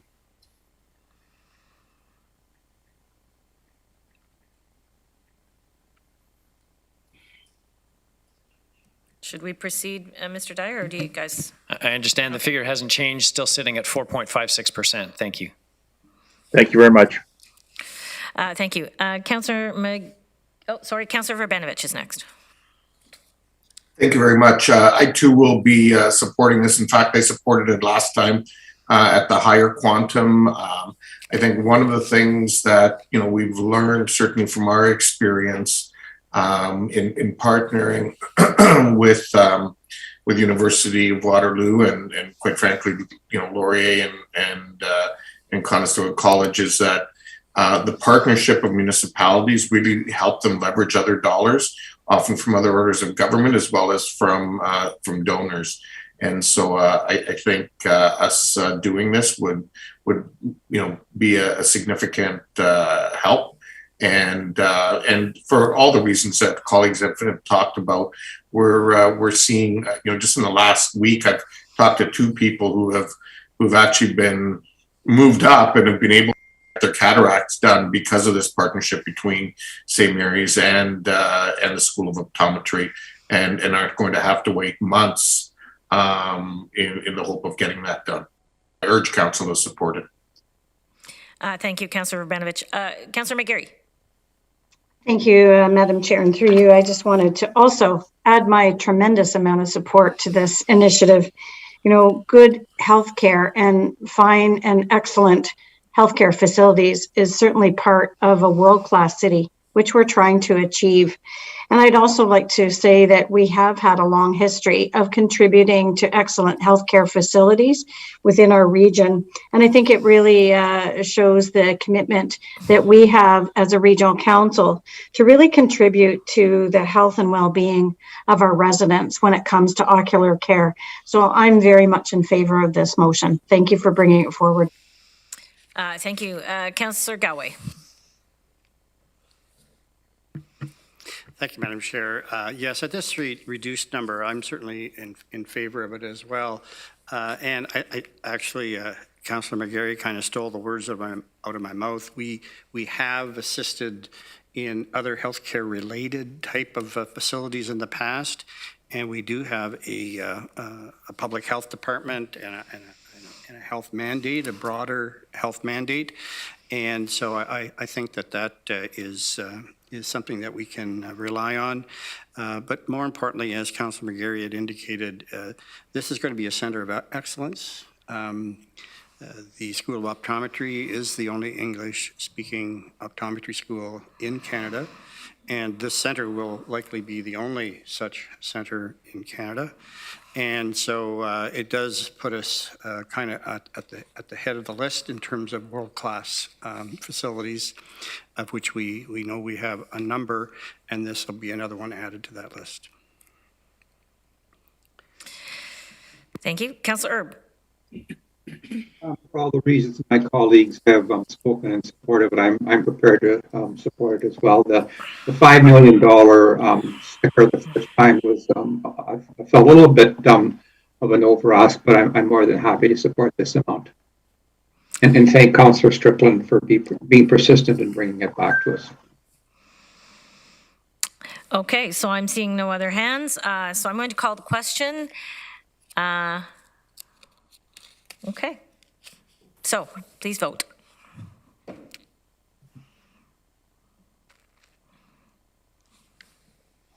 And that's carried. Wonderful. Okay, so we are ready, Mr. Dyer, for? I believe, Madam Chair, we're ready for the introduction of the main budget motion. What? Please do. And I'm not sure whether it looks like, okay, Cheryl's going to, yeah, okay. So we have, there's actually 5 parts to the motion. The first relates to the 2022 plan, as described in the briefing note on today's agenda. Approval of a tax-supported budget with a levy of just over $421 million. Approval of a capital program, I believe now as amended, so we'll need to get an as amended in there. And then parts D and E on the next slide relate to the approval of user fees and charges and the adopting of the municipal budget regulation. So a mover and seconder for the main budget motion would be helpful, and then you can consider any final motions. Perfect. Can you take the motion down so that I can see? Certainly. Thank you so much. Okay, mover, Councillor Foxton, seconded by Councillor Clark. All those in favor? Use your icons. Wow. Well, colleagues, we have a budget. Thank you, everyone. And just to kind of wrap up, I just want to say thanks, everyone, for your patience. This newbie has been tested to the fullest. But anyway, it's been a pleasure, and looking forward to getting on to the next. Do we have to? I know we have to motion to adjourn, but is there anything else on this list? I don't think we have, I don't think from a staff perspective, we don't have anything else, Madam Chair, so it's in your hands. All right, so at this point, I am looking for a motion to, I'm sorry, can't read that. Oh, right, yes, of course. Just wanted to remind everyone, we have received a number of pieces of correspondence that were included with the agenda. Anything that was received by the clerk's office after the meeting agenda had been circulated was given to us by email prior to the meeting and will be also attached in the minutes. And they are listed there as well. So I do look for that motion to adjourn, please. Thank you, Chair Redmond. Seconded by Councillor Harris. All of those in favor, please use... Councillor Kiefer has his hand up. Is that a legacy hand, or how dare you stop the adjournment here? Councillor Kiefer, are you voting in favor? I was actually going to put the motion on the floor, but you didn't see my hand. That's okay, sorry, Councillor. okay. Okay. Not a problem. Not a problem. Okay, and that's carried. Thanks, everyone, for your patience, and we'll see you very, very soon. Like how soon? How much time are we gonna eat? 15 minutes? Okay, 15 minutes it is. See you soon. Great job, Chair Jowett. Yeah. You guys are the best. Same link, same bat channel, not same bat time. We're late as anything. Bye, you guys.